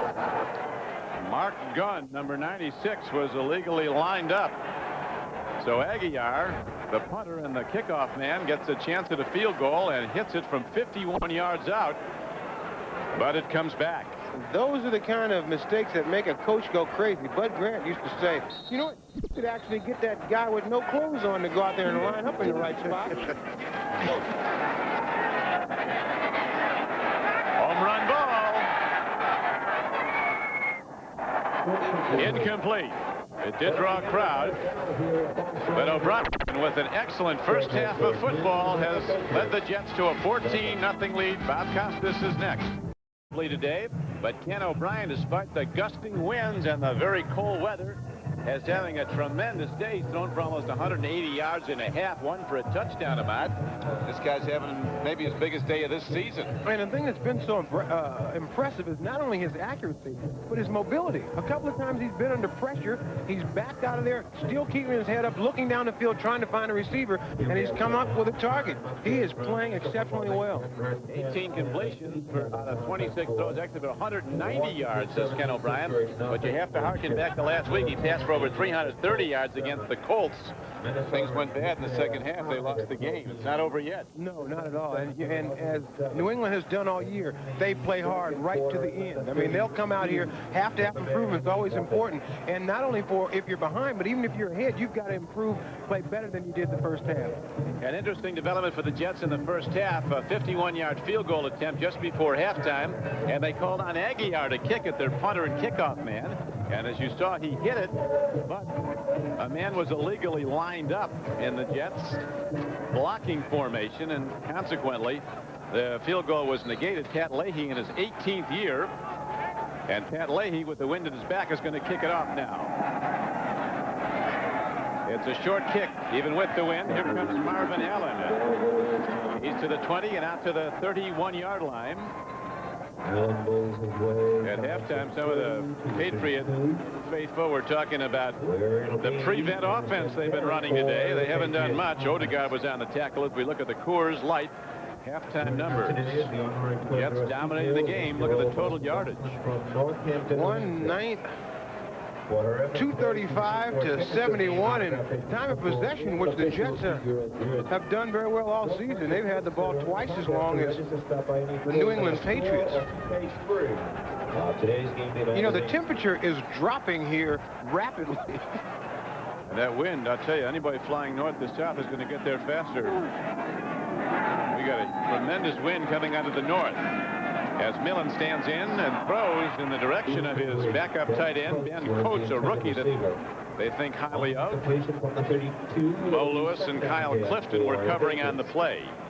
Cellular One is proud to sponsor the Patriots this Patriots, first play from scrimmage, they fumbled the ball. Big Leonard Russell did. We haven't seen much of him lately. Couple of punts, then the INT. That was picked off by Scott Mercero, of all people. Mo Lewis with the big rush tipped the ball. John Vaughn is in the backfield on 2nd down and 10 for New England. Vaughn. He breaks it out to the 47-yard line. Eric McMillan, the free safety, made the stop. The big block was thrown by number 85, Marv Cook. And Vaughn, they say more of Vaughn they want in his stands. Watch this nice move here on Kyle Clifton. Gets out of the grasp and then has that instant acceleration to pick up 15 yards on the carry. Vaughn came out of Michigan early after his junior year to enter the NFL draft. He can also throw the ball. He's thrown a touchdown pass this year. That was to Marv Cook, who just blocked for him. Play fake to Vaughn. Here comes the big rush, and Hugh Millen has room to run as he dives down to the 42-yard line. So the Patriots come out with some big plays here in the third quarter, trying to get some offense and some points. We spoke at halftime about how this Patriot team does not give up. You'll see Millen, the fake to Russell, and then takes up around the right end. He sees it. He's got a lot of running room there and takes advantage of it. That pass was designed to be, that play was designed to be a pass, but you got all that open yardage in front of you. You got to take off and run with it. Patriots working into the wind here in the third quarter. John Vaughn runs hard down to the 40-yard line where Eric McMillan came up and popped him. Eric McMillan, here's a guy, goes to the Pro Bowl, a bona fide defensive back, a bona fide Pro Bowl type defensive back. Then all of a sudden he comes back and he's beaten out of his position. Now what does he do? He doesn't go away, put his head down, and not contribute at all. He just keeps chipping away, keeps playing hard, wants to be a contributor on this team, and sooner or later he gets a chance to play and comes up with a couple of big plays already in this game today. Millen stops and throws, and the ball is broken up. Brian Washington, the strong safety, tipped it away from Marv Cook on the post pattern. Millen was leveled on a big hit by Marvin Washington just as he released the ball. Eric McMillan is a smart defensive back. He was a two-time captain of Missouri. Last May, he got his master's degree from Fordham University, and he's already begun work on his doctorate in educational administration at Fordham.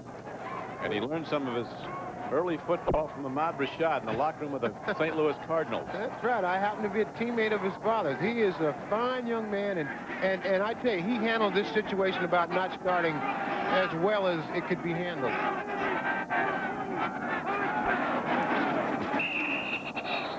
Everybody moved. 22 guys and the officials that jumped there. New England, you cannot make a living. Before the snap, they'll false start. Everybody move at the center. 5 yards. Still third down. You cannot make a living throwing the ball to the tight end. Everybody move but the center. That's not the way it's supposed to work. Maybe the center had the wrong snap count. That happens. Right. Yeah, that happens. Had to be. Had to be the center. They had the wrong snap count. Gene Chilton.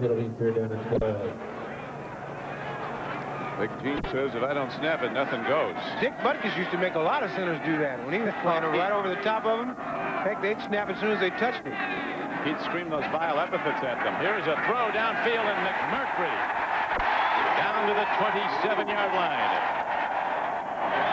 Greg McMurtry, who really hadn't produced much until earlier this year and before a game, McPherson said to him, you're going to have a great day today. You're going to be the guy, and he caught the winning touchdown pass in the upset of the Oilers. And Millen, looking at him all the way, crossing route, puts it in a nice spot. Comes up with the catch. The fellow that I'm looking for, and I'm sure that the New England Patriots would like to get the ball to, is Irving Fryer, who has not caught a ball yet today. No, Irving came in with 44 catches for the season. McMurtry, very sure-handed, a Major League Baseball prospect. That's Irving Fryer at the top of the screen, and Millen has to burn a timeout at a time he doesn't want to do it. They want to keep the drive going, and on 1st and 10, he obviously saw something that he didn't like. 11:57 to go in the third quarter, and a timeout on the field. First down and 10 at the Jet 26-yard line. Jets lead the game 14-0. Timing pattern to Irving Fryer, just his second catch of the day, both for short yardage. First reception for 4 yards. That was for 5. Defensively, Mike Grimm. As we check the Hertz 10-minute ticker. Chiefs and Broncos vying for first place in the tough AFC West. Tied up 10-10 at Arrowhead. Redskins looking to go to 11-0 on the season. The Bears fighting it out with the Colts at Indianapolis. Packers with a 7-point lead. Bengals and the Eagles tied in the third. And Atlanta laying waste to Tampa Bay. After the same was done to Atlanta a week ago by the Skins. Here is John Vaughn throwing. We talked about him throwing a touchdown pass earlier this season to his tight end Marv Cook. That was the intended target. And he did well not to get any more on the ball because there were 2 guys standing in front of Cook about to intercept it. It looked like he kicked it. What the ball was end going. over end. That's like hard to do. A quail. It's watch here. Not a thing of beauty. The old rollout pass, and that ball. Lineup information. It contains many articles and pictures. Flopper. It could have been the wind. I'm sure that's what he's saying as it goes over to Coach Mack. It was the wind, Coach. The wind. Run that play the other way. Coach is saying, don't worry about it. We won't be running it again. Ever in life. Third down. Patriots need 6. Oh, my God. Mistakes.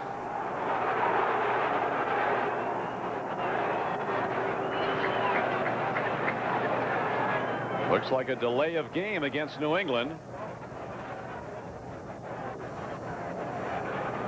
I think they'd rather have it be a delay of game than have to take that time out. It tells the story.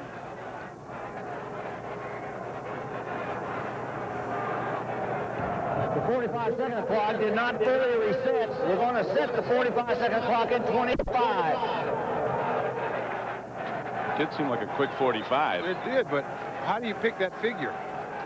25. Why not? Seemed like a good idea at the time. 11:13 on the game clock. Third quarter, Jets lead at 14-0.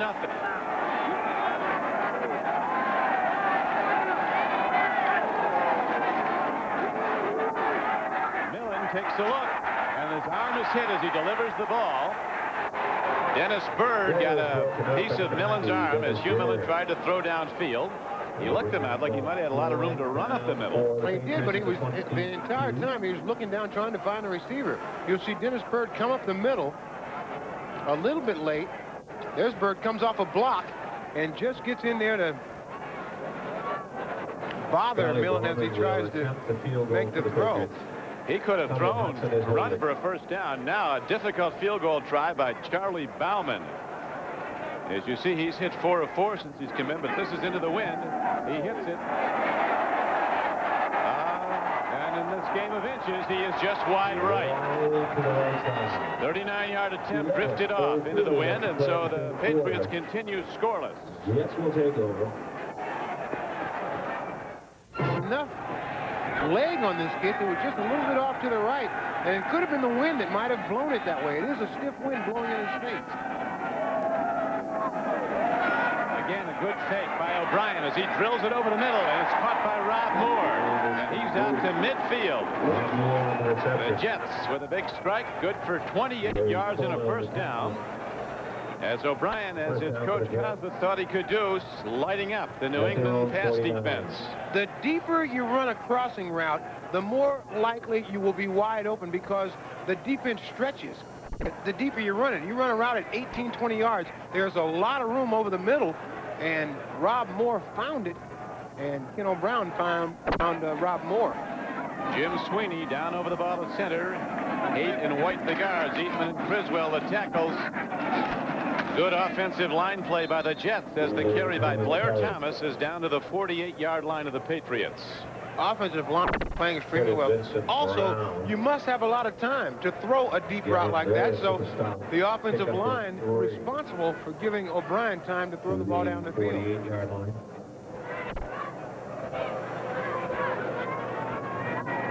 You're talking about the size of that offensive line. They have some big people up there. That's Dwayne White, the right guard. About 315. You've heard of a 3-piece suit. He wears a 4-piece suit.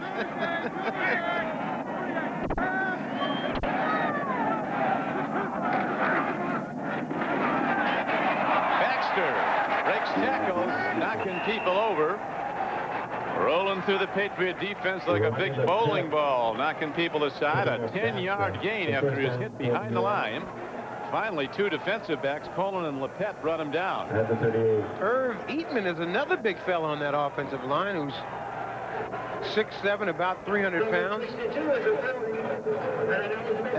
Has 29-inch thighs, a 58-inch chest, and is the father of an 11-pound, 7-ounce daughter, I believe, today.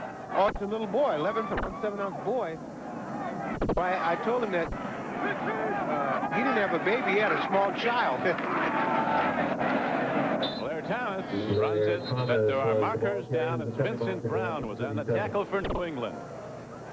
Game clock down to 8:46 to play in the third quarter. Now Jerry Austin says, Defensive end is lined up all sides, 5 yards, still first down.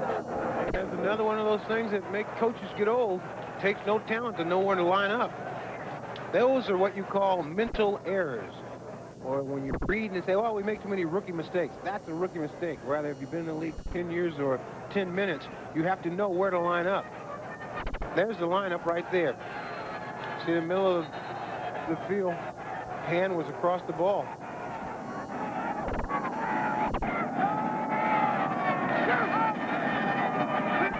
good play to call O'Brien with first down and 5. But Freddie Smerlis, in his 13th year from Boston College, stops it.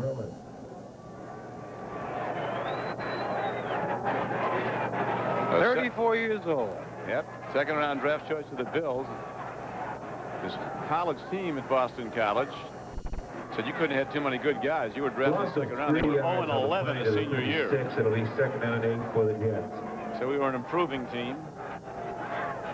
Joe Collier, the defensive coordinator. He's been out of the NFL for 2 years after all those seasons as the head defensive man at Denver. And this defense has been much improved under Collier. But O'Brien has really been moving them to throws. Another throw. Blair Thomas is met by the Undertaker, Vince Brown. Defensively. Next Sunday, NBC Sports presents an exciting NFL football doubleheader beginning at 12:30 Eastern Time with NFL Live. Then you'll see the AFC East leaders, the Buffalo Bills, take on these Patriots. A couple of weeks ago in Buffalo, the Bills had Patriots 22-17. In the second half of the doubleheader, among the games you'll see, Chargers versus the Jets. Many of you will see the Dolphins go against the Bears at Chicago. Check your local listings. NFL football, a doubleheader day next Sunday on NBC. Another big throw, and running in the open field is Terrence Mathis, and he's going in.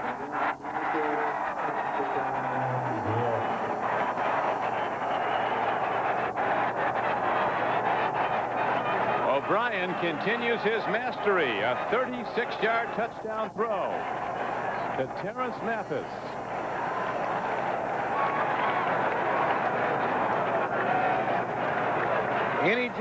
Anytime you catch a ball over the middle, there's only one tackle you have to break. You see O'Brien hitting Mathis. There's the only tackle he's got to break by Tim Gordon, and he's off. First NFL touchdown of his career last night in the hotel. He said, hey, you don't want to talk to me? You just want to talk to Al Toon? I'm going to give you a reason to talk to me. And he has. Told me to call him over at Mo Lewis's house. O'Brien, really some superior numbers here from that. 21 for 29. Is holding on the try. 10 yards. Leader the try. 21 for 29, 250 yards, and 2 touchdowns for Ken O'Brien. O'Brien got hit hard on that touchdown throw just after it. Nothing comes free. He lets loose of this ball. Now, this is about a late hit. That ball's gone for a beat, and then O'Brien is leveled. Jerome Henderson was the man who came on a cornerback blitz and hit him. O'Brien in his 9th year. He has been the NFL passing leader in one season, has the greatest attribute a quarterback can have. You can talk about foot speed and arm strength. Accuracy is what it's all about. He's had that. He is so accurate. Now Leahy will drive. What's the equivalent of a 30-yard field goal. It's an extra point after the penalty. And he hooks it right up and through. So the Jets now with a commanding 21-0 lead over the Patriots with 7:38 to play, third quarter. Yeah. There's a good group there. The Jets have been a good group with their offense, building a 21-0 lead now. The kickoff comes down to John Vaughn, and a marker comes in as Vaughn runs it back. Dale Dawkins ran him out of bounds. Legal use of hands signaled against the Patriots. More mental errors by the Patriots. They just seem to self-destruct. I'm sure Number 40. Coach Mack is having a problem. Coach Mack talking about this being a critical point in the season for us. Well, the prognosis for this patient, the Patriots, is not good. If the performance today is they're going to fall to 3-8. The Jets coming off the ropes emotionally after they were devastated by a loss to the big underdog, to the Colts a week ago. Today, the Jets have played one of their best games. Nobody's been able to blow out the Patriots in the recent weeks.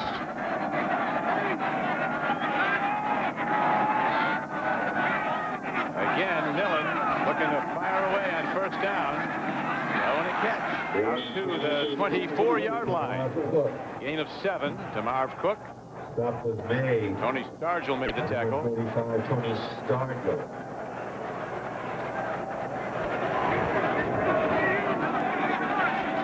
Going right to that 2-minute offense into a lineman without a huddle, trying to get back in the game. Another throw, another catch, a punishing hit put on by Eric McMillan on Greg McMurtry.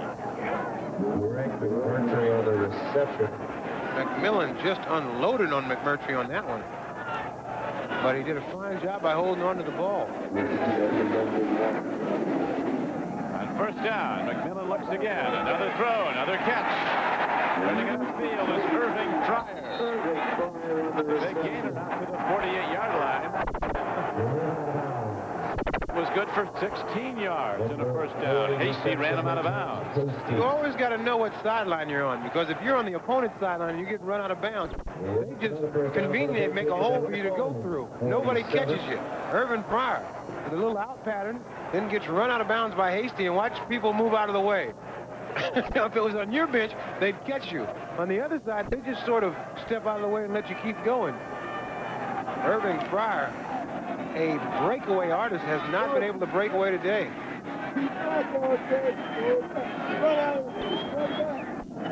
Millen on first down. He's 11 of 17 throwing the ball. Turns it himself. And bails out across midfield.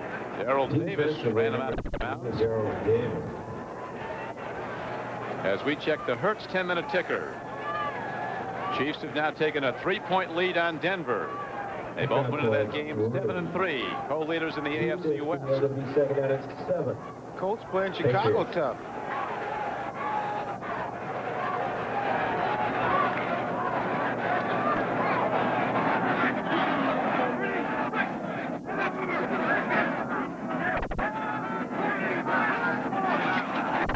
Second and 7. Millen stands in. Penalty markers all over. Throwing a catch to Michael Tinson.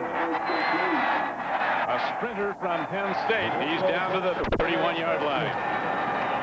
18-yard gain, but it could all be coming back. Looks like it might have been Lagerman that was a little Millen signaling it's against the... Yep. Play goes. 18-yard gain for the Patriots. One thing about this Patriot team is, you know, Matt, they won't quit. No, they won't. It's talking to them with the coaches. They know if they're ahead or they're behind at the end of the game, they still play hard. Pittsburgh, nothing. Steve Timpson with the reception, and then he gets gang tackled down there on the other end. Cincinnati 7, Philadelphia 7. Jet defense pitching a shutout. Millen throwing on every down now in the third quarter. Here's another marker. Millen gets to the 28-yard line. Millen on the key. James Hasty.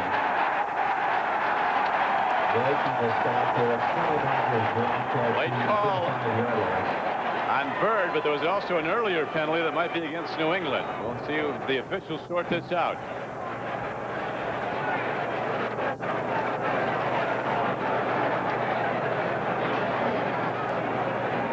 Got all kind of flags down there. We have offsetting foul.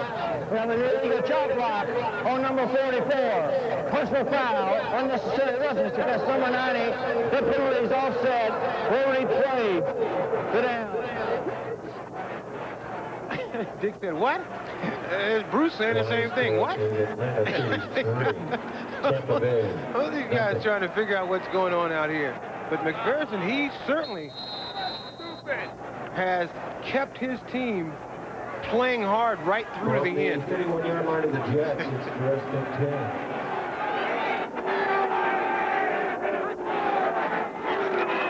Draw play on first and 10. This was John Stevens.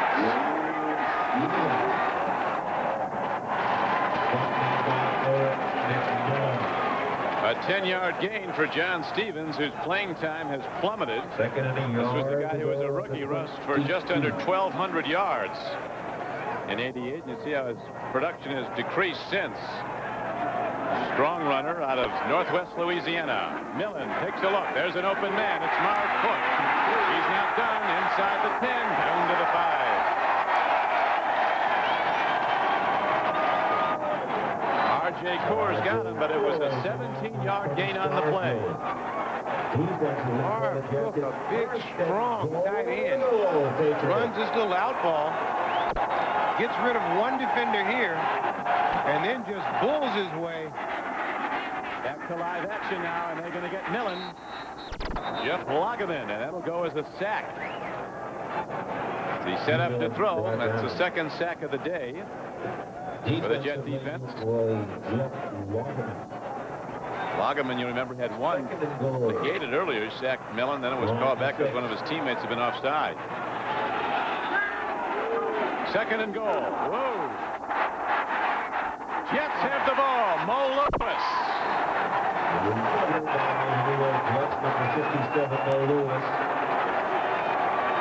While the Patriots may be playing with a lot of enthusiasm and hustle, they're still making the same mistakes they've made in the past, at least in this game. That's their third turnover on the day, and that was a big one. They were well on their way into getting some points, and then they come up with a play like that. And Mo Lewis, fine play by Mo Lewis. For the New York Jets, they will put the ball to play offensively after 21. And snaps over Millen's head. Millen tries to slap it further, but Mo Lewis is right in there on top of it. We're talking about a seriously fast linebacker here. Mo Lewis, don't call me, I'll call you.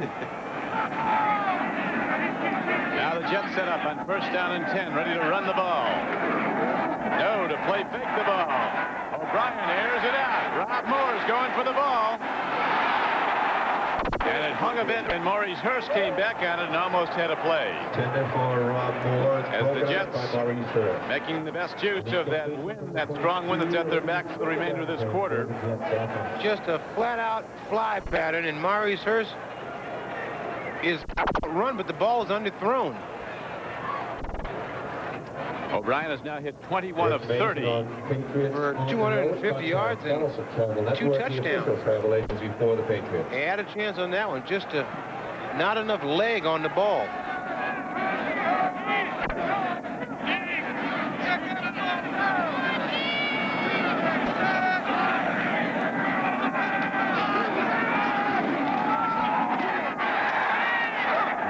Baxter trying to turn wide, and he swept under. Lepet and Colin, a couple of defensive backs, knock him down for a 3-yard loss. Defensively. Harry Colin, he played at the University of Missouri, as did Eric Millen, who played so well for the Jets. 19.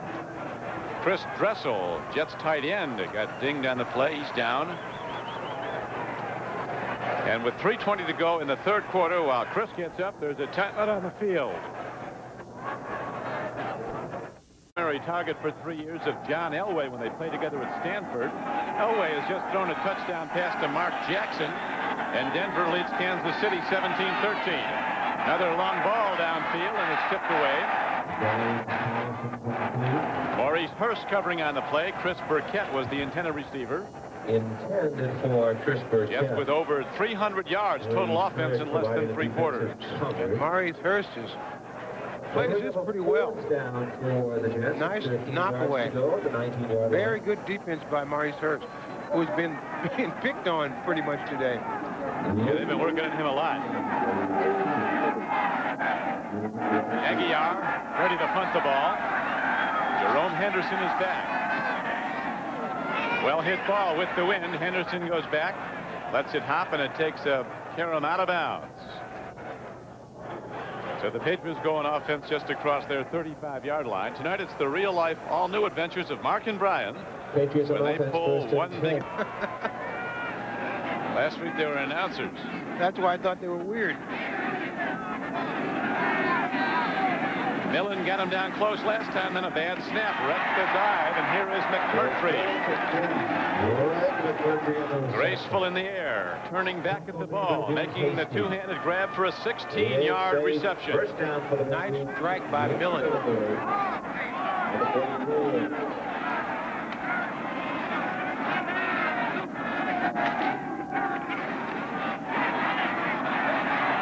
Millen gets out of jail, dumps it off.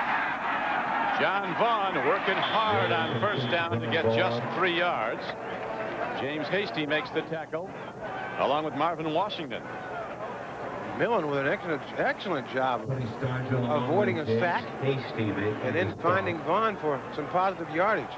Millen spent his first 2 years with the LA Rams, last season with Atlanta. He came here as a Plan B free agent. Irving Fryer down to the 25-yard line.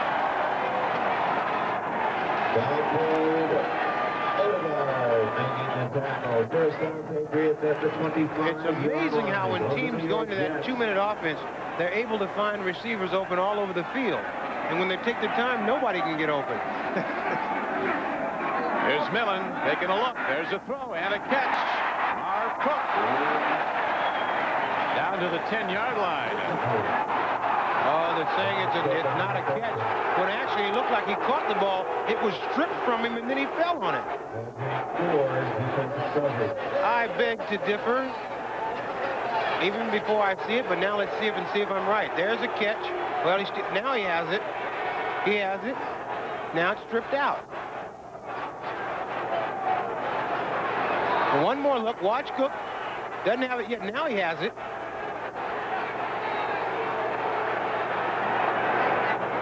I thought it was a catch. Of course, I'm a receiver, and I lean towards that persuasion.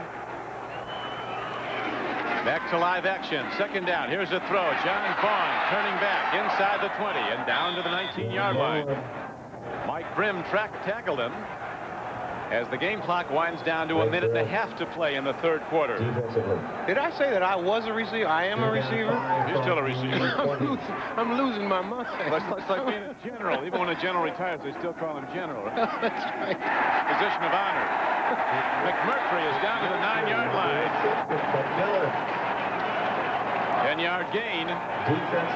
Patriots challenge again, but they're still without points, although a minute still to play in the third quarter, and they've moved the ball consistently this quarter on the Jets.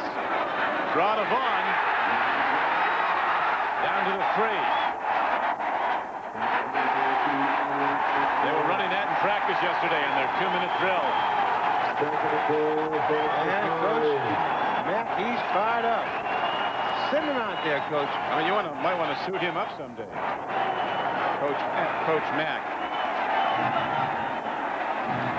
He gets into it. I like that about him. I like that enthusiasm. This team, even behind 21-0, playing like a playoff spot was on the line. They're not going to risk that shotgun snap again. Russell, down close, but not in. Leonard Russell, the rookie standout who fumbled on his first carry from scrimmage today, and then saw limited playing time after 6 carries for a total of 6 yards, comes back in. And that will do it for 3 quarters of play. With the Patriots knocking on the door, we'll be back after these messages from your local station. The Patriots are down in this area. They went a shotgun formation, and they got a bad snap and caused a turnover. This time, they have Millen way up underneath that center. Look at that stance. They want to take no chances that ball doesn't have to go any further from the ground and right to Millen's hand. That's a tall quarterback. Now the Patriots looking to get on the board. Down 21-0. Power set. High back is the fullback, Leonard Russell.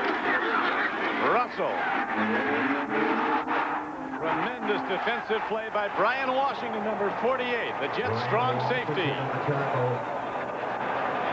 And now, 4th down comes up for New England, and they need a touchdown.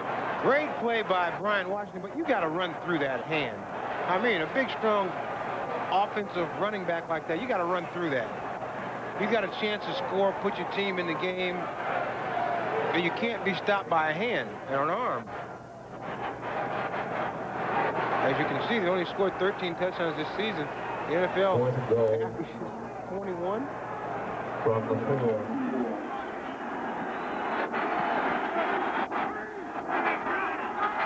Fourth and goal for New England.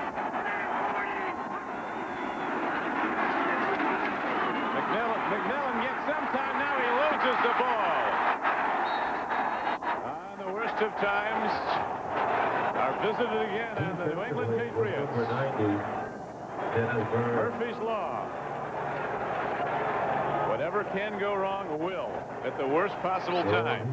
It certainly has for these New England Patriots.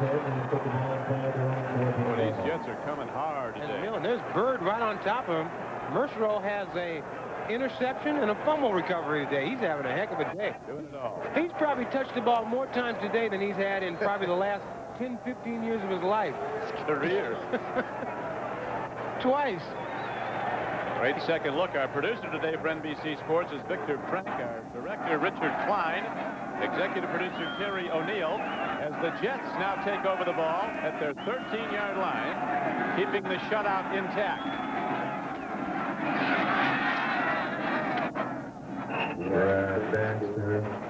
Brad Baxter runs the ball, is tackled by Tim Goad.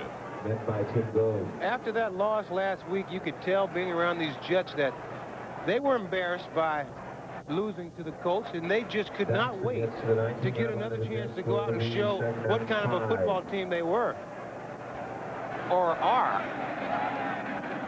McPherson said our players are frustrated. That's a dangerous thing for a coach. Trying to keep hope alive, but today the Patriots are running out of hope. It's their own doing, and certainly that of the Jets defense. Baxter runs as the Jets now content to run the clock as best they can. As we now take a look at the Miller Genuine Draft 10-minute ticker. Denver has extended its lead over Kansas City. A huge win for the Broncos, and Dan Reeves, after losing by a point to the Raiders last week, if they can hold on. Washington ready to go 11-0. 12:49 to play. Clock running. Jets holding a 21-0 lead. Looking for their 4th straight win over New England.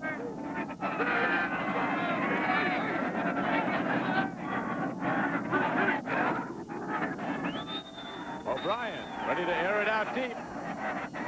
And sees nobody open, so he throws it to an open spot on the field in the direction of Rob Moore. It is fielded by Coach Matt on 1-1 hop.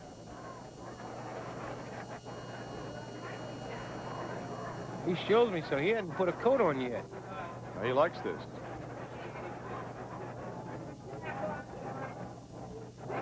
So does O'Brien. Working into the wind. Having a great day.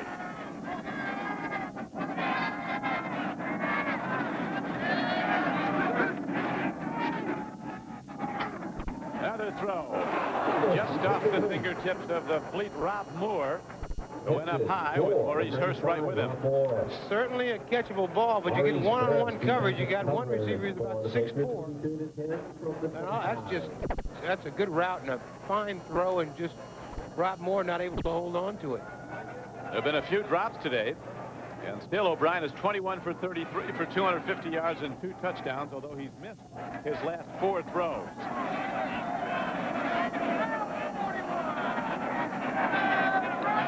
On 3rd and 10, O'Brien in the shotgun.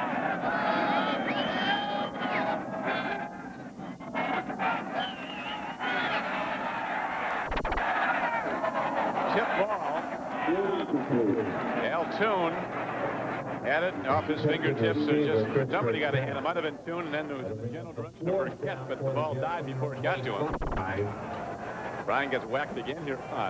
O'Brien having a great day, but anytime you let go of that ball, he's going to take that little extra hit afterwards.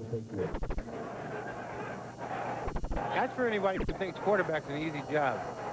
They never get hit. They take some unbelievable hits, unprotected hits. You got to stand in there and wait for the last possible second for the man to get open. Now the punt downfield to Henderson. Jets special teams play has improved markedly. McPherson said of the Colts loss, he said that was a victory for the Colts special teams. It was a defeat by the Jets special teams. What the new helmets are going to be like. That's a good look right there. Looks like the one that kid in Buffalo wears. That extra hi-hat helmet. First down for Miller. Long throw. Open man. Irving Fryer is going to go the distance on a perfect flat play. 56 yards.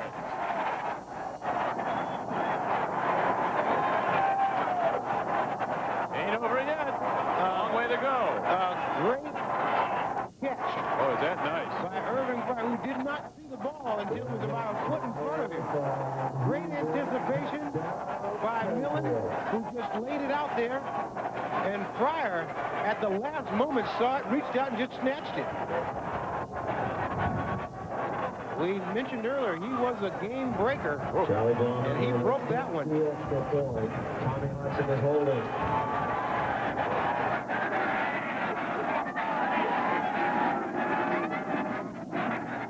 Extra point is up and good. As mentioned, these Patriots won't quit. Now they've got something to build on, possibly with 12:01 to go. Irvin Fryer here is the guy that runs every route to its fullest. You see him just break inside the defender. Right at the last minute, makes a very nice catch. And when he came into the league, he ran a 4.140. He's probably at about 4.3 right now, but that's probably faster than anybody else out on that field. Once again, Millen with the shot. Look at that perfectly thrown ball. And Irvin Fryer on his way to a touchdown. He is a hard-working receiver, runs every route to the fullest, and you see Millen here that he knows he threw a strike and said, yes, that's 6. Pretty nonchalant about those touchdown completions. You're supposed to do them like you can do it every day, like I'll be back. Fryer with 5 catches now for 96 yards. Anytime you celebrate too much, it's like you've never been in there. And right now, the Patriots are really getting geared up by their fans. That really ignited a surprisingly good crowd, considering the record of the home club. So the last time you and I were here together at this point, it was almost me and you in the truck, the only ones left watching at this point. There's some enthusiasm back for this team. Bauman kicks off, and not very well. A.B. Brown lost the handle, but fell on the ball, and the Jets will take over first and 10 at their 23. And we must remind you that the Jets are working hard into a strong win for the rest of this game. Millen, if the wind at his back. This could have been disastrous had New England been able to come up with that ball, but Brown able to fall on it and give the Jets a chance to start out on their own 23-yard line. The winner wins, starting to sweep down from Maine and Canada. Jets moving south to north, right into the wind.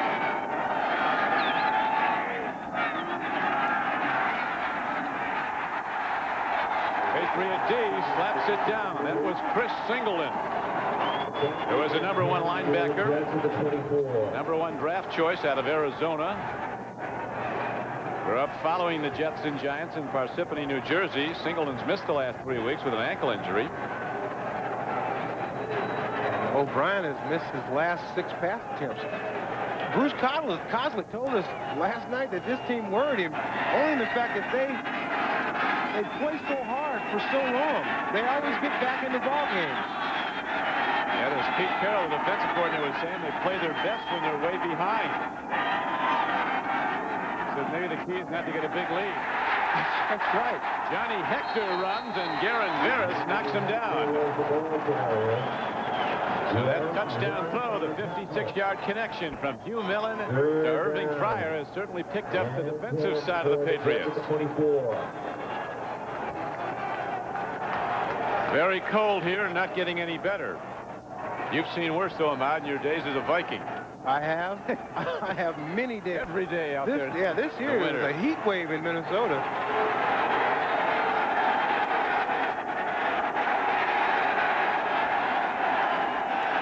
Yes, as you see, have converted half their previous third down tries. They need 10.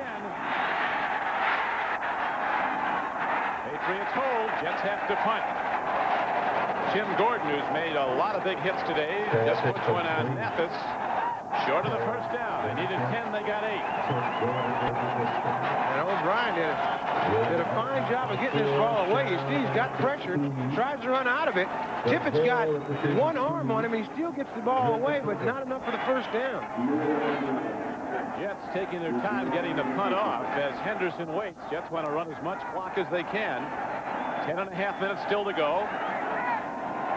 Patriots trail by 14. Into the wind. The punt holds.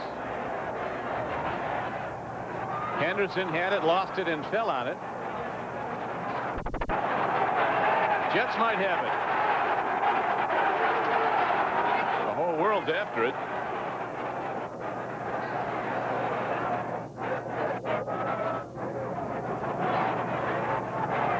Aguilar's down there. One of the strange things like that. Aguilar's down there pulling off one of those guys who weigh about 280 pounds with one arm. See, the Jets, when they had their punt return guy back and fielding it in this wind, it turns the ball into a knuckleball. They wouldn't touch the ball.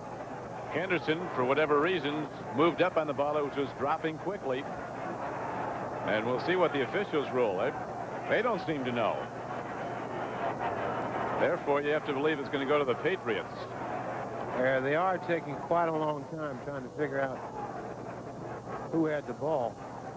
And they're getting a lot of help. This might be an I don't know discussion here. You know, I don't know. I don't know either. How about you? Well, I'm not sure. It looks like that for sure, because it doesn't take that long to say who had the ball.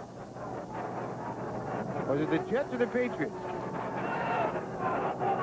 There's two guys who'd like to know. Oslett and McPherson. This is the longest I've ever seen. The receiver is in the them by contact in possession of the ball. First down. So the Patriots, on a nervous play, do keep the ball. And they'll start 1st and 10 just inside their 35-yard line. Still very much in the game. No, it seems to be losing. It's still not a wrestling match at that point. That's an awful tough call. That's why it took them so long to decide what they wanted to say, I guess. So the Patriots have the ball.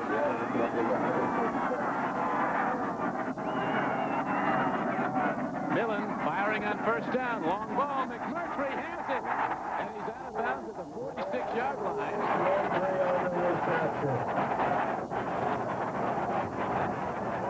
So Hugh Millen perhaps writing a comeback story here. The Patriots still down 21-7, but a very impressive second half throwing display by Hugh Millen, the young quarterback from Washington. Well, the Jets came in there worried that this team plays so much better when they're way behind, and they're proving it right now. They really have some momentum going. That was Marv Cook who caught that ball. As the Patriots, working with that strong wind at their back, aligning without a huddle. You see the game clock down to 9:40 to play. The Jets, after building a 21-0 lead, now see the Patriots furiously coming back, although not on that play, as John Vaughn is thrown for a loss. That was not a good decision to throw that ball to John Vaughn. He had 3 people around him, for one thing, and no chance of getting any positive yards. There's no foul on the play. 3rd down. Clifton also in defensively.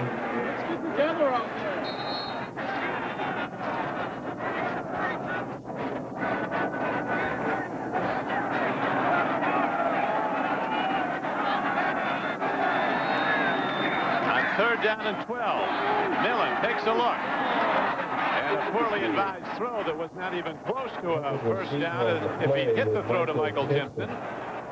Tony Stargell was defending on the play. Tony Stargell. That's one of the things that you have to realize, that he's getting better. There's no sense throwing that ball. It's not going to be a 1st down even if he catches it. You got to throw a ball that you have a chance to stay in business. Philadelphia 14, Cincinnati 7. Atlanta 36. Tampa Bay, nothing. Sean McCarthy, who grew up in Fremont, Ohio, a Minnesota Vikings fan, as he was telling you. That's right, but not mine. He was actually a fan of Sammy White, wore number 85. I asked him why Sammy White. He said that's because my mother brought home 85. Viking jersey with 85. Here is the punt down to the 5-yard line. So McCarthy kills one right at the 5-yard line. Ball is out of bounds at the 6-yard line. Moves it downfield, and the Jets with a 21-14 lead now go 1st and 10 from deep in their own end, and they've got to maintain possession of the ball, run it if they can, and try to run some clock. But this wind is such a tremendous factor here. The wind gusting up to 25 miles an hour, and it's at the Patriots' back for the rest of this game. Is going to be a big factor. At this point, I think the Jets want to be able to establish a running attack. They haven't been able to run the ball all day, but now they need to kill the clock, get some first down, so they'll have to try and run the ball against this tough New England defense. Well, here come the Jets to the line of scrimmage. 1st down and 10 at the 6-yard line.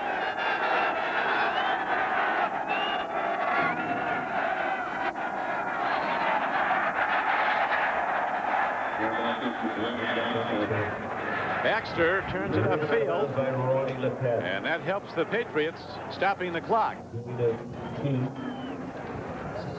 One of the things that the Patriots came in here convinced that they could do was stop the Jets' running game, but the Jets came in and passed them crazy, so they haven't had that chance. They got a good one going at KC as we check the Miller Genuine Draft 10-minute ticker. Vikings way behind have now gone in front of the Packers.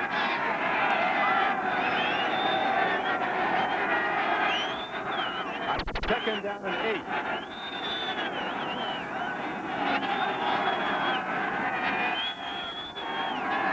O'Brien hands off, and Baxter dives ahead. Brad Baxter working harder, gets very close to a 1st down. He needed 8 and appears to have gotten it. One of the biggest plays in this football game as Brad Baxter fights his way forward for the 1st down. You see, just a simple handoff off tackle, breaks it to the outside, and now Brad Baxter breaking one tackle, keeps his feet, and drives all the way through to the 1st down. Big play. It's what they want to do, get 1st downs, move the chains, and run that clock out.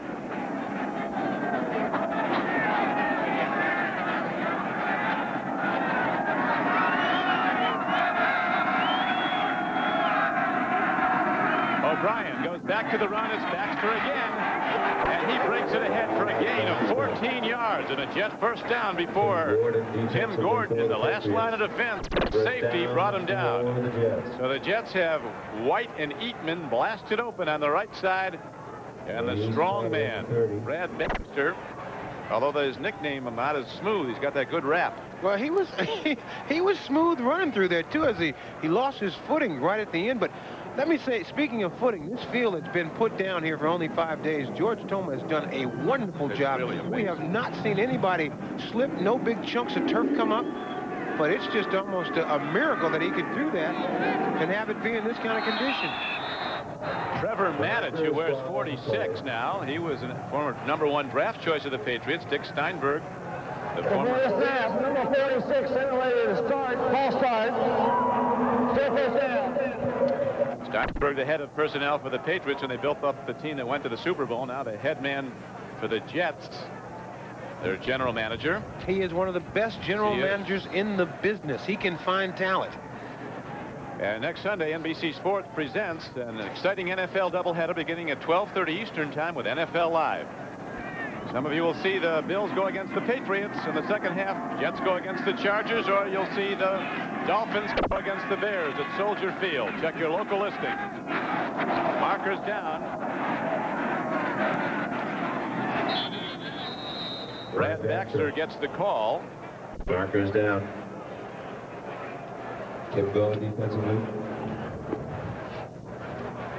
Here's Jerry Austin again. He's a busy guy, and he now says, Defense offside in the middle of the line, 5 yards, still 1st down. That'll put the 6:23 to go. Jets lead 21-7. Patriots working furiously to try to get the ball back. They have had so many mental errors and big mistakes in crucial situations that they're just fortunate to still be just 14 points behind in this football game. Jets trying to get over 500 and stay in that wild card race. They go to 6-5 with a win today. Baxter hit, lost it. Patriots have it. New England has the ball. The Undertaker uncovers it. Vincent Brown. Andre Tippett knocked it away.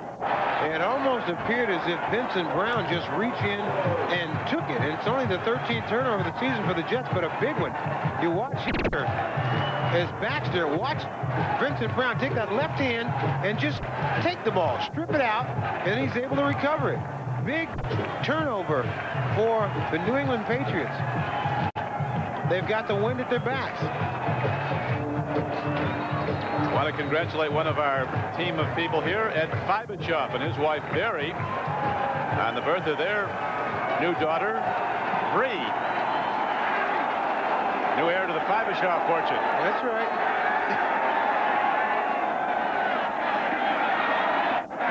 Millen stands in, dumps it off. On the run is McMurtry, and he gets out of bounds at the 12-yard line. Oh, it's turning into a good one here, Ahmad.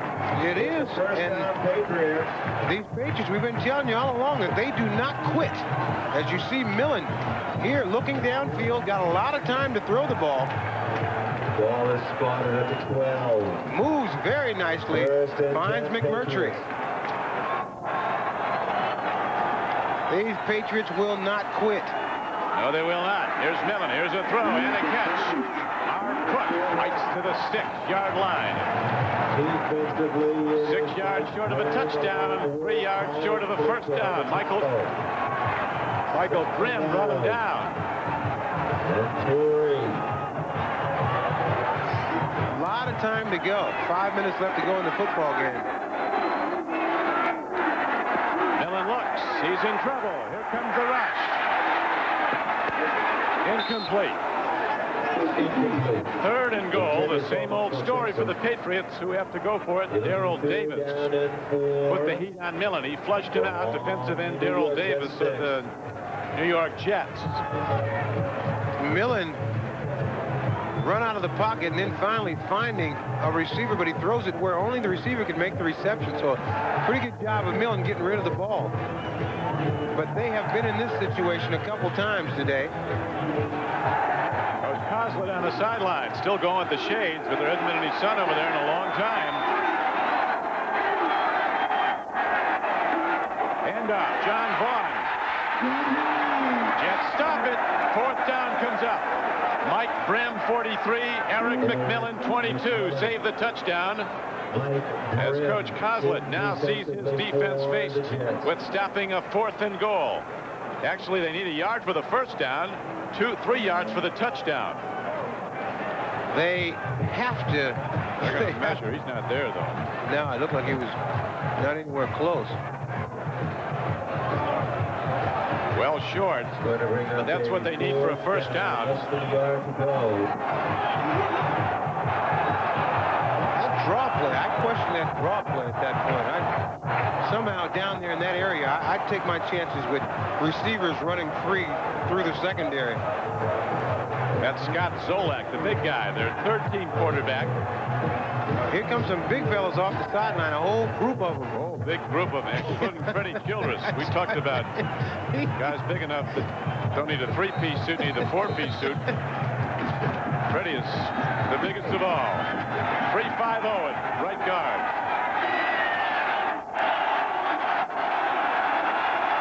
Fourth and over a foot for a first down.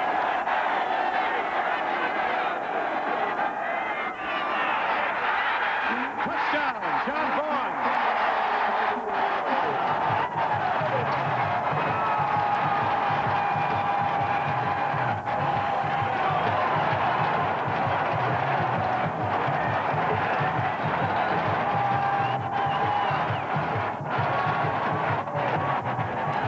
And you know what Dick McPherson is saying. He's saying, thank you, John Vaughn. Thank you so very much for getting into the end zone.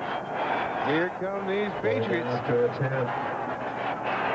The no-quit Patriots are not going to win the Super Bowl, but they're going to make every Sunday afternoon interesting for whoever they're playing.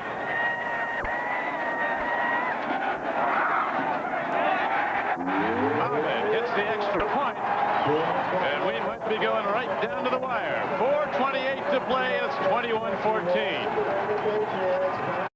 Place as John Vaughn takes it in. John Vaughn takes it in to bring this crowd to its feet and also get this reaction from Dick McPherson. Watch, he just goes nuts over there and they can score a touchdown. Now the kickoff. Mathis takes it back from inside the 5, and he's stopped at the 11-yard line. Or if these Patriots ever got involved in a high-scoring game, McPherson would hurt somebody.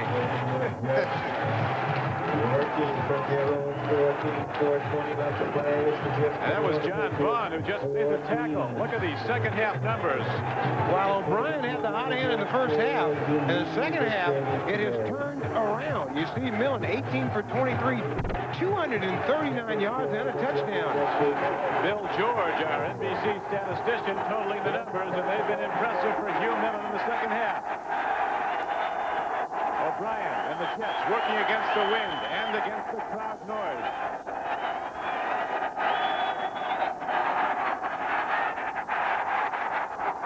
Unbelievable. Jets might have coughed it up. Patriots have the ball.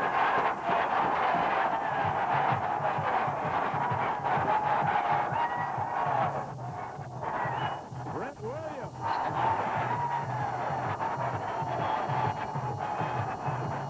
O'Brien trying to keep hope alive, but it could be fading for Coach Kozlik's team.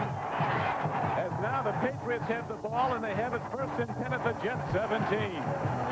Once again, you see Williams inside. Brad Baxter can't keep the ball, coughs it up. Lockhart. Holy man. Celebrating. Isn't this something? Now the Jet defense digs in to try to stop the Patriot onslaught. They were gone, the Patriots, down 21-0 as they challenge for the touchdown. Throw and a catch. Hard Cook. He's down to the 7-yard line. A 10-yard gain, and you cannot overstate or overemphasize the importance of the wind. It's a tremendous gale blowing at the backs of the Patriots for the rest of this game. One to the 2-yard line. When you get on a roll like this offensively, the defense becomes tentative because they know a quick strike anywhere can really hurt, so you really don't play as aggressive as you normally do when you don't have this much at stake. On again. Jets stick him and stuff him. As time is becoming very important now, the clock winding down to 3:10 to play. Jets lead the game 21-14 after they led it 21-0. Bruce Kozlik up. And McPherson. 2 fourth-quarter touchdowns by the Patriots as they now challenge for a third. If they get it and the extra point, they tie the game. Allen in the shotgun. Handoff. Vaughn. No signal from the officials. All the Patriots are signaling touchdown instead of goal line and not in. Inches. Inside the 1-yard line. It appeared that no one hit him, though, until he was... We'll watch it here. Here is John Vaughn on the underneath handoff. Just slips a little bit right there, hits the ground. Nobody's hit him yet. They still haven't hit him. Now that's a touchdown. A touchdown. That's a touchdown. That was a touchdown. That's got to be a touchdown.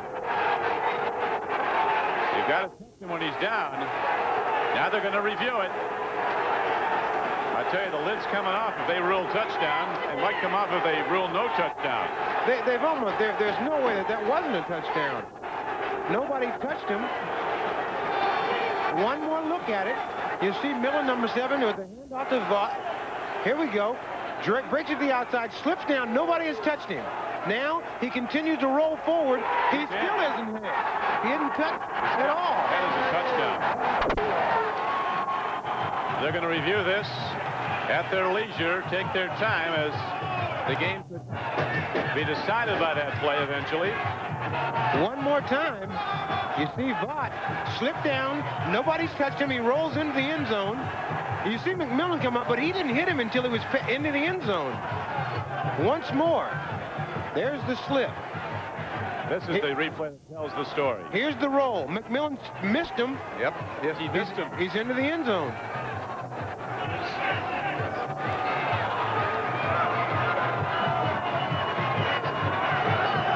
Hazlitt stunned on the sideline, as are all the Jets, by this furious onslaught of the Patriots.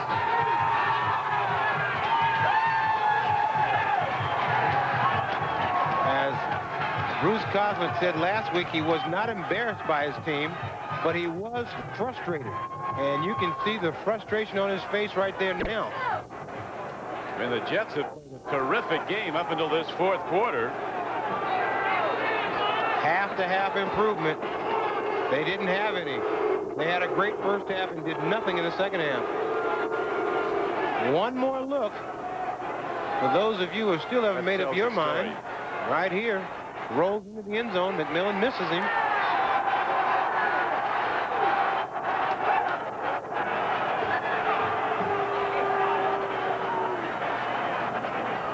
Unless there is some rule that I've never heard of. We're going to extend the 2-minute statute of limitations. We're working on 5 minutes now. But they're doing the right thing. They've got to get this right. And what appeared from that end zone replay to be right is that the Patriots scored a tying touchdown, or what would be a tying touchdown with the extra point. I'll tell you one thing, you're going to have some people coming out of the stands here. As long as they go that way and not this way, I think we're okay. But once again, from our opinion, it was a touchdown. Here we go. Review this replay, touchdown.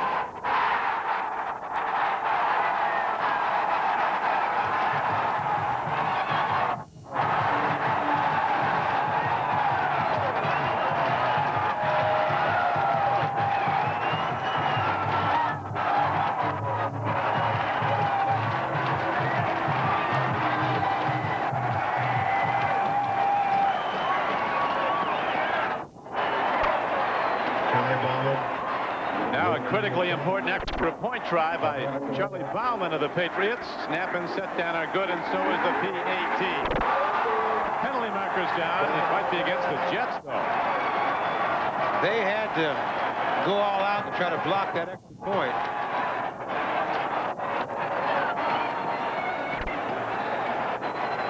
First final of the day in. Atlanta has routed Tampa Bay 43-7.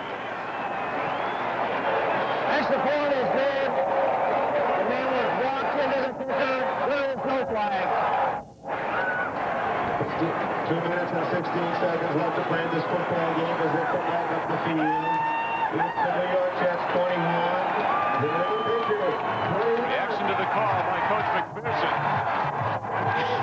He likes to put that hitting surface on you, boy. You mess around and get in his way. He wants to show you how to tackle. He does put that hitting surface on. I'd say, even at 61, I'd tape his ankles and put him on the kickoff. I think so. I mean, you can hear him. Everything we back in tune with the offense. We haven't heard from him in quite some time. In this second half, it's just at this level, you got to have half-to-half improvement. They didn't have it. As Bob Dylan wrote, you don't need a weatherman to know which way the wind blows, and it's blowing behind the Patriots here in the fourth quarter. A high spinning kick. Short, though. A.B. Brown runs it. And he's out to the 29-yard line. Very nice, Don, quoting Bob Dylan. Defensively for the Patriots. So it's I like that. That was one of his best. That's right. You don't need a weatherman to know which way the wind blows. And a group in San Francisco took that to heart. We had those radicals, the weathermen out there. That's right. But that's another story for another time. Do your children know who Bob Dylan is? I don't know. I know who cone Lopez. First down, Jets. Oh, a big hit to Altoon. And he's out to the midfield line. So the Jets, when they needed it most, get the big strike, a 22-yard first down throw. And we're down to the 2-minute warning. McPherson on the right talking to his special teams coach, Scarnecchia. The Patriots lost their first 9 overtime games and have won their last 3 in OT. Here's O'Brien in trouble, but he makes the connection to the 47-yard line. Raymond McNeil swinging out of the backfield as O'Brien standing in and finally releasing the ball for a 4-yard gain. This is where Altoon is at his best. These little short yardage passes. Raymond McNeil, the veteran Jet, back, and he takes it down to the 23-yard line. So McNeil delivers a 22-yard run down to the 23. But again, we tell you that the Jets, as McNeil comes off the field after that heroic effort, he was not expected to play because of an injured knee. But he came to give the big play to the Jets when they needed it most. From this point on the field, the 23-yard line, it would be a 40-yard field goal. But in truth, it would be a 60-yard field goal because that's how hard it is to hit it into this wind. The ball absolutely dies. But the Jets are in range, long distance range. Inside the 20-yard line down to the 16.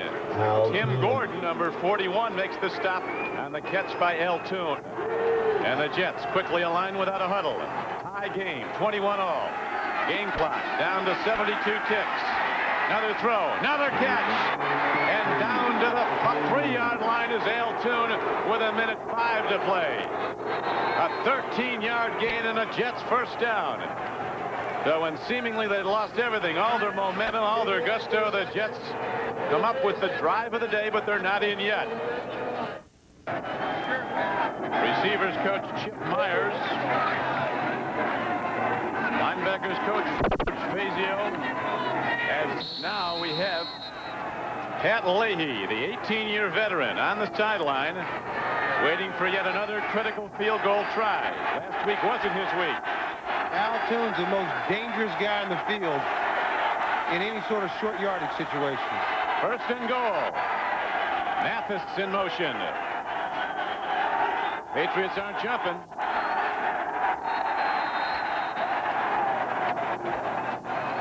O'Brien doesn't like what he sees and calls a timeout. Earlier, when they just got the ball, Toon, who had not done much up into this fourth quarter, in a situation like this, you got the clock running down and you need medium range routes. Nobody runs them better than Altoon. He is a swift wide receiver playing in a tight end situation trying to get open. It's been an up and down year for Jets kicker Pat Leahy. You remember week 4 at Chicago. Leahy missed this 28-yard field goal attempt in overtime. The Bears ended up winning 19-13.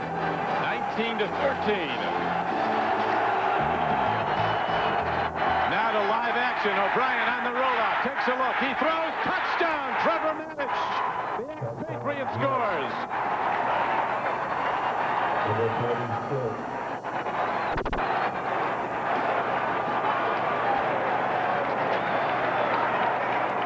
Trevor Manich, the #1 draft choice of the New England Patriots some years back, who they gave up on.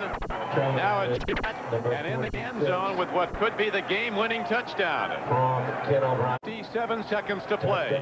O'Brien on the rollout and then looks back across field and finds Manich wide open for the score. Pat Leahy will attempt a conversion. Kenny O'Brien. Is holding. Quadruple pump. The exclamation point out, and now there's a penalty marker is thrown up before the point after attempt. Millen has 57 seconds left when he gets the ball to lead the Patriots into the end zone if he can. Right, number 56, 15 yards on the kickoff. Maybe Andre Tippett. Maybe a little frustration. Yep. Coming out of Andre Tippett. They've been in so many games like this, and here comes another one. And they had a chance for good field position because the Jets will be kicking off into the wind with the 15 additional yards. Jets can probably get in the end zone and make the Patriots go the long field. Denver has beaten Kansas City in a huge win for the Broncos, 24-20. The kick is good. 57 seconds left to play in this football. So the Jets, after 21 unanswered points scored by the Patriots, now hit the extra point and have taken a 28-21 lead. Philadelphia has defeated Cincinnati. Be sure to stay tuned for the Head & Shoulders NFL post-game report. To start firing.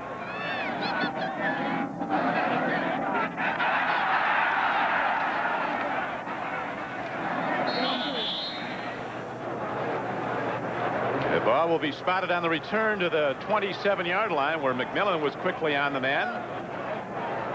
Now Hugh Millen, who's thrown for over 300 yards. Patriots do have 2 timeouts, but remember, it only takes one big play to put them right back in the game. They had one big play that got them back in the game earlier when Millen hit Fryer down the sideline for the score. So it does not take 53 seconds to score a touchdown. It takes excellent execution.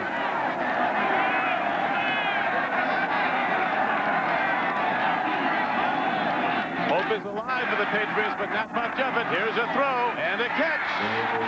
Out to the 42-yard line. 48 seconds to play. Irving Fryer with the catch. Good for 15 yards.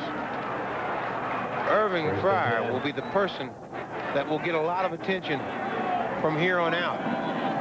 He's the last guy that should be able to come open a deep bomb. Fryer's going deep, but they throw down the middle. The connection's made to the 42-yard line. 40 seconds, 39, and the Patriots walking up to the line. Now they call a timeout. Cost them 5 seconds.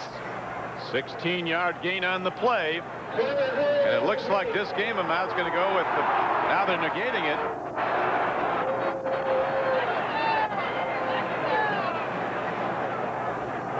Here you see Timpson come and makes a great catch and really gets rocked. All for naught because the penalty takes the ball back. Ruling is incomplete on the forward pass. It'll be 2nd down and 10, 42. They are ruling it as an incomplete pass. But here is another ruling since he caught it. Timpson looks like he caught the ball, gets hit in the back. Oh, is that the ball coming out? Or no, it never came out. He had it. Look at that. He caught the ball. That's a catch. He hit the ball. No, it never hit the ground either. You know what amazes me? How do you miss a pass interference call by Rob Moore, who obviously reached out and grabbed Hurst and pulled him to the ground, and then you call this play here an incomplete pass? I think Bruce Collins wants to call it an incomplete pass, but boy, that is really odd to be that far off of 2 calls. Victory as the Denver Broncos go to 8-3. Kansas City now 7-4. The Redskins at 11-0. And marketing memories of the 72 Dolphins, the team that went 17-0 on the Super Bowl. Boy, that's not, they really... That was totally blown. That ball was completed. Never any indication it touched the ground, but they're going to stay with this call. And it's incomplete. This is not good.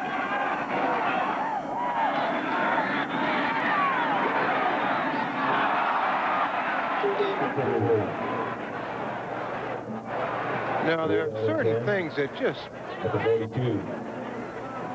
you know, they've just been wrong a couple of times today. That time, obviously wrong. Here's 3rd down. Long ball. Irving Fryer going for the ball. James Hasty covering. Dick McPherson, talking about the officials yesterday, said he was in the league. He left for Syracuse in 1980, and he's had some problems with the officials this year.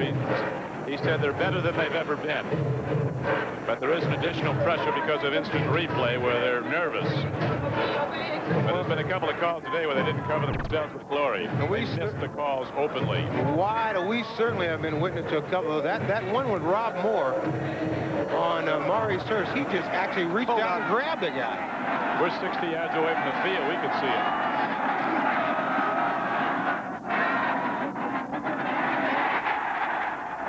First down.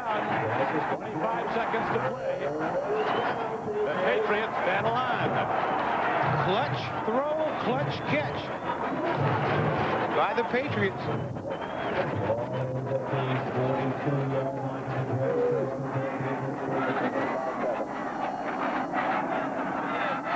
Millen throws. Timpson has the ball.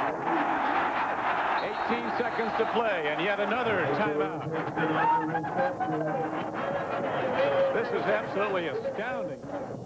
The continuing comeback of the New England Patriots when they seem to be gone. A team that isn't great, but has a great heart.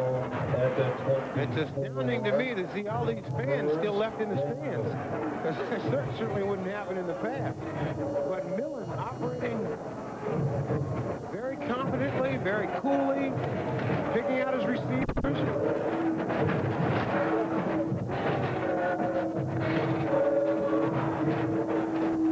Still have a timeout remaining. 18 seconds to play the regulation. The Jets holding to a 28-21 lead. Millen has now hit 28 of 39. Look at the yardage. 353 yards, 1 touchdown and 1 interception. Millen has gotten better right in front of our eyes. They say he's getting better week to week. He's better now than he was in the first quarter. First down, but only 18 seconds left.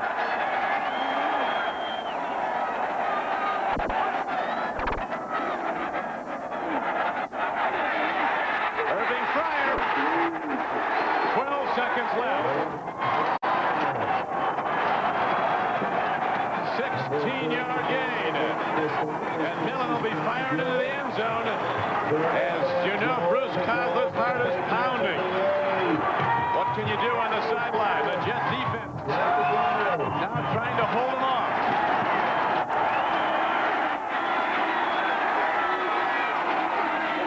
He looks. Here's a throw. Incomplete.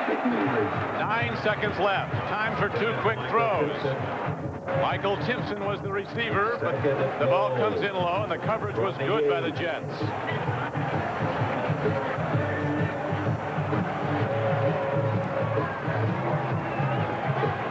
Patriots still have 1 timeout as Pete Carroll signaling out the defenses. Here we go. 9 seconds to play.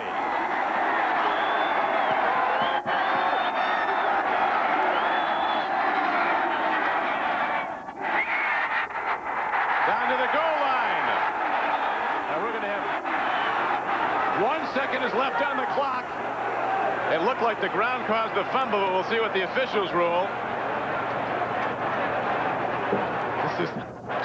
There is a second left on the clock. We could have an extended delay here, Ahmad. The officials can't be wrong anymore today. Runner is ruled down by contact on the 1-yard line. Timeout, New England, the 3rd and final timeout. Can you believe this game? It has gone back and forth. Here you see McMurtry with the catch, trying to get into the end zone. Just as he comes down, the ball is pulled out of his arm. They ruled it. It's no fumble. Once again, watch it again. He's on his way down. The ball is out. His knees are down. Knees are down. One play. One play it is. Jets 28, Patriots 21. 1 second to play, and New England with 1 down to run. 1 chance at getting in and then possibly tying it with the extra point. Official timeout. Play is being reviewed.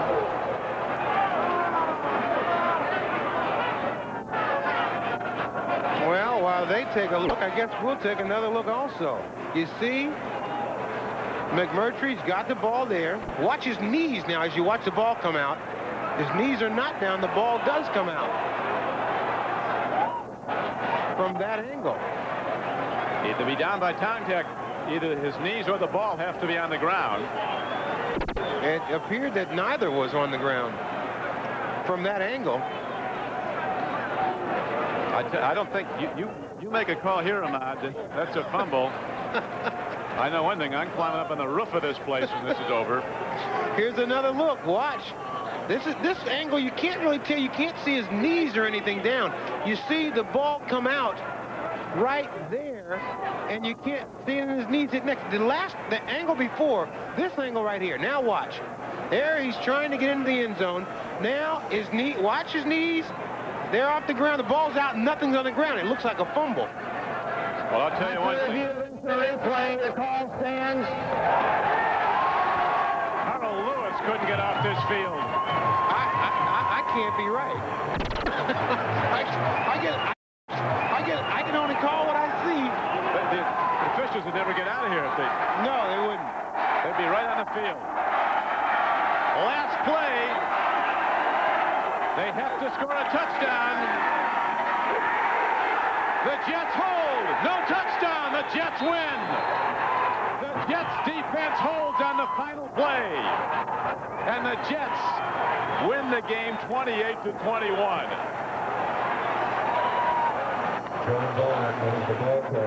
Off the bottom of the pile is Kyle Clifton, the middle linebacker.